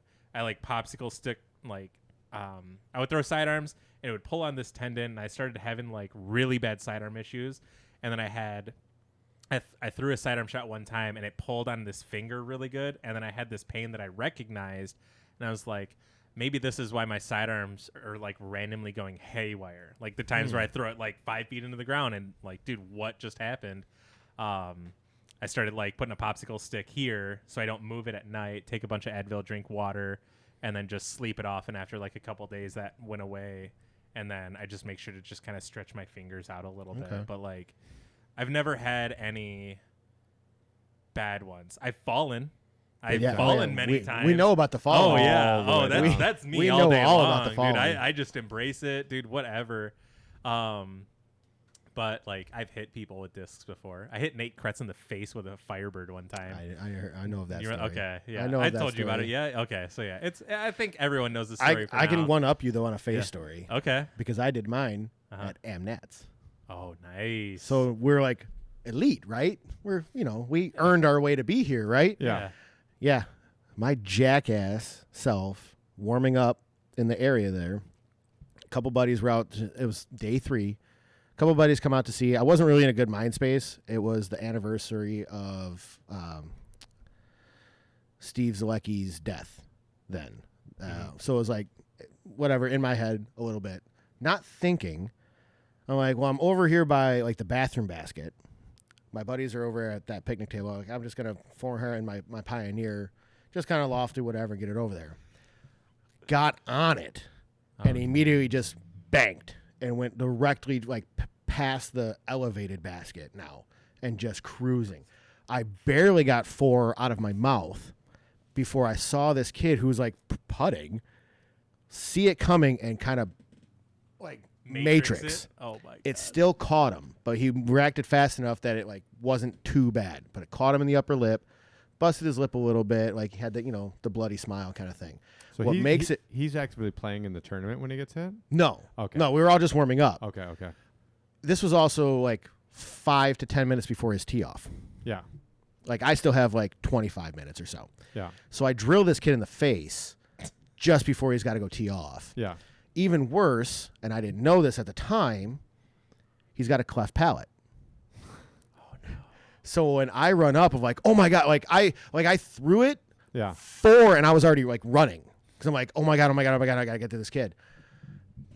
I get over there and I look and of course I see the cleft palate and I'm like, oh my God, what the fuck did you just do, Brandon? Yeah. And he's like, no, it's good. Like, it's no big deal. Like, couldn't make it look any worse than that. And I'm like, I wanted to laugh, but at the same time, I'm like, please don't say that. Because, like, nothing you say right now is going to make me feel any better about the situation at all. Yeah. Like, he didn't want to ICU school. He's like, I'm fine, man. It's okay, whatever. Mark Metzger was there. He's like, hey, how about we keep our, like, throwing to, like, over there? Yeah. I'm like, yeah, that's kind of what I was trying to do, but I screwed that one up. Like, so not only now am I dealing with, like, the anniversary death, I just drilled this guy and proceeded to just go off and just chunk my way up and down toboggan. Is this why he's Brandon Redmond on disc golf? Maybe. Oh no, the Red Rum God. came from volleyball. From a different from volleyball involuntary years murder. and years ago. Hey, buddy, So- sorry about that throw. I love Joaquin Phoenix's movies, though. I have never hit somebody before. Never. Yeah. Playing for, at that point, 11 years or so, like, Yeah. have never hit somebody before. And I do it at this moment, and it was awful. Yeah. And I felt so much like a chump. Yeah. And like, there's nothing I could. What am I gonna do? Yeah. There's nothing. Like, he went off. He actually, because I looked him up. Like, he actually had a decent round. So Yeah. I'm like, okay, cool. Like, at least you didn't like go out there and shit the bed, because that, you know what? That's probably a direct correlation. Yeah. I did because of direct correlation whatsoever. But it's like, just that everything was in slow motion, but it wasn't in slow motion. Yeah. It was for real. It was You were yeah. playing for keeps. Yeah. It was so Oh my bad. God, playing for face. Oh my god. Yeah, that's I not good. I hit Dan the other day. That was cool. And then he hit During me. field work. Yeah, during field work. You Yeah. hit me. Yeah, I just found Yeah, out that we- I hit we- you. So, dude, I'm on a fucking roll. I Dude. thought So you- if you want to go do field work tonight, No, man. Now that I game, realize yeah. it's dark out, yeah. man. I No, might it's I got might be lights everywhere. I might get left in the park. Yeah. So He's gonna drill me in the side of the head Dan and just hit take me off. first, though. I was walking away to pick up whatever. I trust him enough that like if something like he'll say something and we're not throwing super hard. So if I do get hit, whatever, and he goes, he just yells at tuna, like it gets louder, like tuna, and then it's like, oh, it's gonna tuna, like dude. And I just brace, and I'm just like, if it's gonna hit me, it's gonna hit me in the back. Just don't hit me in the spine. Just get like a meaty part or whatever, right in the meaty part, left side, turn around, we're good, whatever. Yeah. He thought he drilled me in the back. I found out later, and I was Yeah. like, cool. Way to not check up on that, I guess, right after. But like I was fine, and then later on I did the same thing. Dan, and then he stood, hit him right in the back right side. It's like sweet, we're even. Yeah. Even now. Yeah. He did hit me in the face off a putt one time though too. Off a putt? Yeah. Like a bounce off the basket or something. Yeah. We're at like the practice basket at like firefighters or something. That's happened numerous times. I don't know how many Things times. react off the basket, Yeah. whatever. Maybe it was because it wasn't that. It had like the band around the top, and it skipped off the top. And I was so close, and I was just watching him putt, so I saw it happen. I was just so close that I couldn't react fast enough. Like I moved my head, but just like that guy, like Yeah. still got clipped, just not as hard as it would have been. Dan just said he would have asked if you were okay, but he didn't care.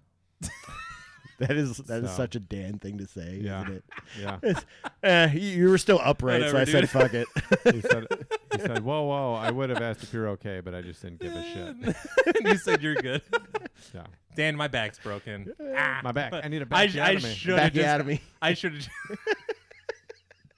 I should have just fucking fallen on the ground, started Spinal. screaming. Spinal. Oh my god. Dude, I had to go down with my hand when I was a freshman in high school. I don't know. I had rage when I was younger. Yeah. And I got pissed. No, You don't no say. way. I got pissed and I punched a wall, and like the outside of my hand just swelled up with this huge knot. Went to the doctor and they were like, "Well, it's not broken." And I was like, "Well, yeah, but you can like splint it or something." And they're like, "It's not broken. There's really not anything we can do." I was like, "Oh, okay, cool." So went to school like the next day, and I remember standing there, and this guy was standing next to me. And he's like, "What are you gonna do?" I'm like, "I'm gonna break my hand." And he's like, "What do you mean?" I'm like, "Well, it's all fucked up, and they can't do anything for it unless So it's I'm broken." gonna make them do something. So I'm standing at this locker, and I'm like, I'm gonna do this, and I'm like standing there. Everybody's like, "Dude, I can't believe you're gonna do this." Full on fucked up hand, full fucking punch, locker. My hand just goes pop, and I was like, "Now it's broken." Oh my! And he was like, God. "Oh my god, dude." You didn't wince, Oh nothing. no, I winced for Oh, sure. okay. I hit, and then like my knees buckled, and I was like, "It's broken now." And he's like, "Yeah." I was like, "All right." So we went back to the. I didn't tell my mom that I did that, and if she hears this, whatever. But I went back and I was Oh like, my I was like, God. I really think that it's broken. And I was like, it looks worse today than it did yesterday. And she's like, it does look worse today. I was like, yeah, we should go back. We went back and then it's like, oh, it's definitely broken. She's like, you have a boxer's fracture in both metatarsals, tarpals, or whatever the fuck they are. She's like, yeah. I was like, all right. She's like, we're gonna cast it. I was like, cool. Sick. As you should. I showed you I was like, yeah. What's GFY Got him. What's nurse. What's Yeah, up you guys don't now? know shit. Oh my Yeah. god! Yeah, I remember that. And I remember like I hit the locker and then I had to get outside because my dad was going to pick me up and I didn't want to be late. So I remember like hitting the locker and I was like, and then I gotta remember, go. I don't want to stay at school longer. He needs to be able to drive me home. I was like, Oh I my remember like God. walking out, getting. Was in that the car. before or after the knee incident? It was before my knee snapped. Okay. It was after a couple things with my knee, but it was before that. And then I remember like I had to miss like some stuff. I ran with it still, but I remember like I had to miss some stuff because like it was just fucked up. And I was like, "How'd you do that?" And I was like, "I punched a wall." Yeah. They're like, So when your dad came and was mad that you were late, he was all right, dude, I swear to God, if you tell me like you're late because you broke something again. "No." Yeah. So I forget. Oh, when my knee snapped, when it actually Yeah. snapped, I had like reconstructive surgery and all this other shit, and then whatever. But I had to take driver's ed in a full immobilizer. 'Cause I was Seriously? because I was like 16. So I had like the blue and white with the Yeah. straps.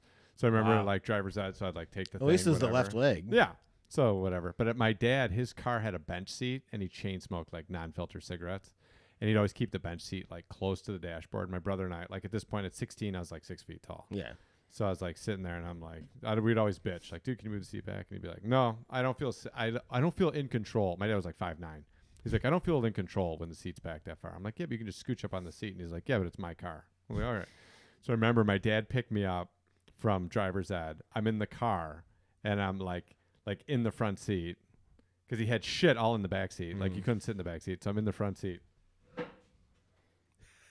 Because you had no space for your. I couldn't put my leg, so my foot is like up against the back there, and then I had to hold my butt off the seat so my leg could be straight, so I could fit. And I remember like driving. It was like a 15-minute drive home. He's like, "How was driver's ed?" And I'm just like, "Get me "You're the fuck home, fucking douche." And meanwhile, like all the windows are up, and he's just chain smoking like Chesterfield King, and then I always like want to roll the window down, and he's like, "I don't like the noise." And you're just like, "Dude, you're like," I literally would go to cross country practice, run like 8 miles, and then get in the car and smoke a half a pack of cigarettes on the way home. I mean, not really, but like, I'm just like, dude, you know how counterproductive this is? Like, I go and train, and then I get in the car, and like, I'm working harder than everyone else, and you're I'm not just even chain trying smoking. to. Yeah. But I remember the one time, like, this is a horrible story, but my best friend, well, one of my best friends when I was in middle school was in my brother's grade, Frank DeCarlos, amazing human being, and Shout out Frank. Yeah, shout out Frank, R.I.P.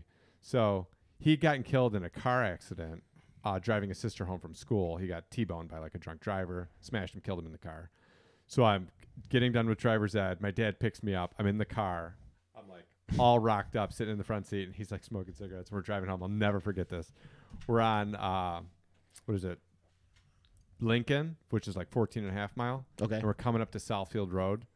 We're driving up the hill. And he asked me, he's like, how's driver's ed? And I was like, oh, it's good. It's summertime. You know, I'm like, oh, it's good. Whatever, you know. And I'm like just holding myself up. And he like turns forward. We get to like a stop sign and stop, and we start driving forward. And he goes, "You know Big Frank?" And I go, "Yeah." And he goes, "He's dead." Oh my God. I'm sorry. And I just turned and stared at him, and I was like, "What?" And he goes, "Yeah, he got killed in a car accident yesterday." And then he started talking about like driver's ed again, and I was like, "Dude, I just don't want to talk." I was like, I just don't want to talk. So we like got home. I like got out of the car, and same thing. Like I'm like trying to maneuver to get in the house. He's already like in the house, and I like walked in. He's the house. already on the couch. He's already. No, Yeah. he is. He's Yeah, a yeah, little beer cracked. Like this. Yeah. He's already We're on the good. couch, and I remember like sitting there, and my mom got home, and it was like I had the like wait till mom gets home moment in my life like 4 times. This is what I remember sitting. Like one time I broke my nose when I was a little kid. My dad's like, "You're fine." I'm like. I'll just wait till mom's home. 4 hours till mom gets home. I'm like, when mom gets home, I can get medical attention. But Oh my God. I remember I'm sitting. What's the thing you want most in life? Medical attention. I remember I'm sitting there. I was like heavily concussed when I broke my nose. I got hit in the face with a bat, and I remember just being like, Oh my when mom gets God. home. But I was sitting on the love seat, just like mean mugging my dad for like 2 hours. I'm like, when mom gets home, I'm gonna tell her this. So my mom gets home right when she walks through the door. I was like, "You're never gonna guess what happened today." And she's like, "What?" And I was like, "Well, Frank died." She goes, "Yeah, Grandpa called me and told me." And I was like, "Yeah." I was like, "Do you know how I found out?" And my dad's still just like sitting there watching TV, smoking cigarettes. And I was like, I get in the car after driver's ed. I'm in the Omega. It was an Oldsmobile Omega. I'm like, I'm in the Omega. I can't sit down because I have my leg like jacked and thing, and I just like go off on my mom. I was like, Dad turns to me and goes, "You know Big Frank?" And I'm like, "Yeah." And he's like, "He's dead." And then I was like, "Oh." And then he's like, "So how was driver's ed?" I'm like, and like my dad's still sitting in the same room. I'm like, "What's wrong with this guy?" And then I like stormed off like as much as I could on the one leg. I was like, "Fuck this guy." Stomp, drag. Stomp, drag. Stomp, drag. Yeah. I was like, "Oh my God." Do you need help Oh my up the stairs? God. No, I got this. I got this, guys. Yeah. Thump, thump. Thump, thump, Thump, thump. thump, thump. Thump, thump. So I got one more story and then I'll stop. But after my knee snapped, it was like my whole career, like my whole life. I was a shitty student. I was like a really good athlete. So I was figuring I'd just get a college scholarship. Like I was like, I don't know, whatever. So I was like, all right, you know. And then when it snapped, like the first thing that came out of my mouth was like, well, there goes college. Like literally, I literally just said like, well, there goes college. Like, Really? yeah. Oh my God. I was like, oh, you know. And then I started smoking. There's like the janitor. I was at high school in a slam dunk contest, and my knee literally just pulled itself apart, and like my shin bone came out of my Holy leg. shit. And I was like, well, I'm not. I'd come back from other stuff. I was like, well, we're not coming back from No, this. This This seems is it. unlikely. So I was Oh like, my hey, dude, can I get God. a cigarette? This janitor gives me a cigarette. I'm like 16. I was like, thanks, man. And I'm like, That was "Smoke." your first cigarette? Or no? I think it was like yeah, definitely like one of the first cigarettes I had. It was Okay. definitely the first point where I was like, I'm just gonna be a smoker now, because like sports are over. It's fuck Yeah. it, you know. And Can't walk right. Might as well smoke. Oh my knee snaps, and like they were like gonna call 911, and I was like, just drive me home, and my dad will drive me to the hospital, because if we call 911, it's gonna be a whole situation, because my dad's gonna be super pissed and whatever. So this guy that ended up being like the fullback for Michigan State, Eric Morris, was there, and he's like this big built black dude, and he's carrying me on one leg, and like my other leg's just kind of like hanging off the side, and he's like carrying me, and then he turns like white green, and I'm like, dude, set me down. Like I went into shock. It didn't hurt, And I was like, set me down. And he's like, I don't feel so good. I was like, dude, set me down. I was like, you don't look good. So he like sets me down. He's like, man, I'm sorry, dude, but your leg is so gross. I was like, dude, we're fine. So two of my buddies like carry me. They load me into the back seat of this car, and then he floods the car because he's panicking. Yeah. And I'm just trying to like, dude, calm down, like whatever. And he like panicked. Car's flooded. They can't. So then I'm loaded in the car. They're trying to get me out. Now it's killing me. I was like, don't fucking touch me. So the people at the school call 911 because they're like, we're responsible. You're on our property, whatever. They call 911. So 911 calls the ambulance, calls the police, calls my house because they're like, what's your phone number? They call my house. Then the policeman shows up. He gets out and he like fixes his belt in his rearview mirror. I was like, hey, buddy, you want to hurry up getting over here? And then he walks over and he's like, what's the problem? And I was like, click on my leg. And he goes, oh. He's like, what happened? And I was like, I don't know. I jumped and this happened. And he's like, okay. So he like gets on. He's like, dispatch, we need an ambulance, whatever. So we wait like 20 minutes. Ambulance shows up. Ambulance like, you're a minor. We can't touch you till like we have parental consent. I was like, all right, did you guys call my dad? They're like, yeah. I was like, you want to call him again? They're like, we've called him 4 times. I was like, okay. I was like, you want to call my mom at work? And it was like right around 6 o'clock. So she had already left work. So they call her work. No answer. She already left. So I was like, oh, I guess she'll get home at 6:30 and then they'll come up here or whatever. And the ambulance driver standing there is like, usually people complain because it's us. I was like, yeah, I know. Yeah. Thanks. Yeah. I was like, whatever. So the ambulance Oh my finally is like, gosh. fuck it. We're going to take you out. Because it was like just like literally you could just watch it like swell. Expand. Yeah. Yeah. And so like, we're going to take you out, strap you to the gurney, put you in the ambulance. That way, as soon as your dad gets here, we can just go. 45 minutes after the first 911 call, my dad shows up pissed. What's going on here? He's like, what's going on? Yeah, he's like pissed. Like, what's going on here? And the ambulance is like, your son's been injured, whatever. Well, I'd already fucked my knee up so many times. He figured like I tweaked it. Someone overreacted, whatever the fuck it is. So he's like, he walks up to the ambulance like pissed off at me. Like I let this get out of control and now like whatever. He walks up and he's like, what's going on? And I was like, look at my leg. And he looked at my leg. He goes, oh my God. And I was like, yeah. And I've waited here 45 minutes for you. He's like, all right, well, yeah, you could take him to the hospital. He follows behind the ambulance to the hospital. We get to the hospital. In the meantime, my mom gets home, gets a note from my dad. Darren was hurt, goes to Beaumont. We get in they're taking me out of the ambulance, and I'm like rubbernecking. I'm like, where is he? Where is he? And I'm like, where were you? And I'm like yelling, like, where were you? And I'm like looking around. He's like trying to like hide in the crowd. And I'm like, I was there for 45 minutes. The ambulance drivers are looking for him. Like, yeah, where the fuck were you? We get in there. Everyone's like looking over at my leg, and they're just like, oh my God.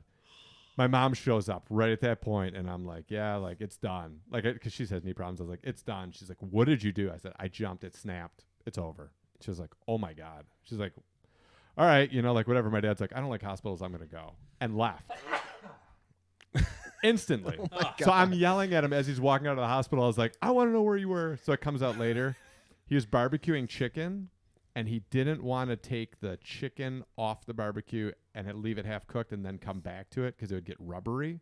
So he literally just finished barbecuing the chicken. I say they left a message on the machine. Yeah. Oh, yeah. So he heard the message. Yeah, then. this is 911. Your son's been in an accident. He's like, well, I don't want the chicken to be rubbery. So he No, finished. my knee can be rubbery, though. That's cool. Yeah, So he finished, but they didn't say it was my knee. Like, it could have been anything. I could have snapped my back. That's true. It Yeah, could have been anything. They just said injured. So Oh my they God. said, your son's been involved in an accident. So he finished barbecuing the chicken and then put it on a plate, wrapped it, put it on the counter, and then came up to the place. So that's why he was late. So I was like, okay. I didn't know that part. Oh, yeah. Oh my God. So I had That's fucked. I had reconstructive surgery. They put it all back together. I'm in the hospital for like 3 days. When that happened, all the nerve control of my quad was gone because of the trauma. Like my quad literally just shut down. So I couldn't move my leg. So I couldn't use crutches because I couldn't do it. The only thing I could do is like scoot on my butt. But it really was fucked. Like it was really fucked in terms of trying to move it because trying to move like the immobilizer, like my knee would kill. So I woke up and whatever. I'm there for 3 days. They send me home and I can't get up the stairs. I can't really get into a bed. So I'm on like a lawn chair that's like a lounge lawn chair in the living room with like pillows under my knee. And then they gave me this thing that like pumps cold water through it. Yeah. My parents got that for their knee replacements. Yeah, Yep. It's same pretty thing. sweet. Yeah. And it's like compression on my knee. So my dad, who's unemployed, is at home all day. Is like, okay, cool, you're here because I can't get to the bathroom on my own. Mm-hmm. So I'm like in the living room. Like I'm can't. already seeing where this is going. So my dad would leave during the day for like 4 hours to like literally just go waste time because he didn't like the I'm accounting for his time. Like he tried to explain it to me. He didn't like because I'm now there and he's there, like there's like this weird obligation or responsibility. So every day he'd be like, I got to go run errands. And I'm like, what the fuck errands? Like, yeah, the obligation is I'm your son. so No, like Brandon, it's different. So I would sit on the fucking lawn chair. I'm like dealing with the fact that like sports are over. That was my whole identity. Like what's going on, all this other shit. And then I'm like, I'm going to piss my pants. Like sitting there in the living room because I can't get off the chair. Which he'll probably get pissed about. Oh my God. So then like finally like I figured out like I could like roll to my side and then piss in Gatorade bottles. Like so the day I would start with 3 Gatorade bottles and then like feverishly try to drink one in case I have to piss. So I have one to like piss into. So I'm not like pissing into like the, and then like roll over and pee aside. My dad would get home and like he would just get home and it's the same thing. I'm like, dude, what do you think I'm doing when you're gone? Like I can't even get to the bathroom. Like, you think I take this off and like wander around? Yeah. Like, I'm like, dude, like I can't make it to the bath. Like the first day I was like, dude, I can't make it to the bathroom. You can't be gone that long, like whatever. And he's like, oh, I got held up. And then like every day he would do it. And I was like, dude, so finally like at one point I was like, oh, fuck it, I'll go. And then I'm like scooting my butt and then I just like piss all over the seat. Then go back and be like, I did my best. Like we only had one bathroom. You just pee all over whatever. We only dude. had the one bathroom, so I just like piss all over the seat. And I remember like just being, I don't know, I couldn't believe it. I have this image of Darren right now laying on the bathroom floor trying to arch into the toilet. Like not getting up, so we're just gonna try to get that over there. Yeah. Just get some kind of hose out to the window. Just shame piss. It's so like Shame. it was so demoralizing though. Like when my brother would come home or something, I'm like sitting on the chair and there's just like bottles of urine next to you. Like you can't even, and you're just like, "What's up, dude?" Yeah. He's like, "How's it I don't going?" I'm doubt it. like, "Awesome." Dad's still dad. It's I've going awesome, Yeah. buddy. because I've seen that look when my dad had open heart surgery, quintuple bypass. So like you can't move Yeah. at all. So roles reversed. Like I had to help him out when he's using the bathroom. Like Yeah. you know, don't worry, Dad, I got you. Like we'll make it work, whatever. But I've seen that look of just like I feel like shit Yeah, you're worthless. You because I even, can't do anything. Yeah. And it hurt me because like you're gonna get better, you're gonna be fine. Like you did this for me for like 4 years. Don't worry about it. Yeah. Like it's fine. But I will never forget that look Yeah. It's demoralizing. to like call me in like, Yeah. okay, like I'm ready for you. You ready to check out my junk? Yeah. Like that sucks, dude. Yeah. We should end on a happy note though. I don't Yeah. know. All right. All right. Happy note. Yeah. Make Positivity. sure you guys go read through all the proposed rule changes for the PDGA. Yep. Send in your email with your feedback because some of those rule changes are pretty awesome, pretty sweet. Yep. Will help progress this sport forward more. So we need to get the PDGA all the feedback that we can. So that's my little Get on that shit. happy note plug. Man. And send a complaint for the other guy. Yeah. Yeah. Mike- Even Mike if you weren't Fortin. there, just Yeah. write it in. Be like, hey, I I heard- heard this Fortin guy. I like, watched this sucks. podcast. Yeah. This guy's a dick. Oh, right, dude, I appreciate you guys having me in. It was Yeah. awesome. You know, I was pumped to have you on. Yeah. I love Yeah, for we coming in. try getting Dan on. Like I said, we'll eventually get him on too. No, it was But, awesome. Yeah, this is And, awesome. Once you the know, shoulder goes.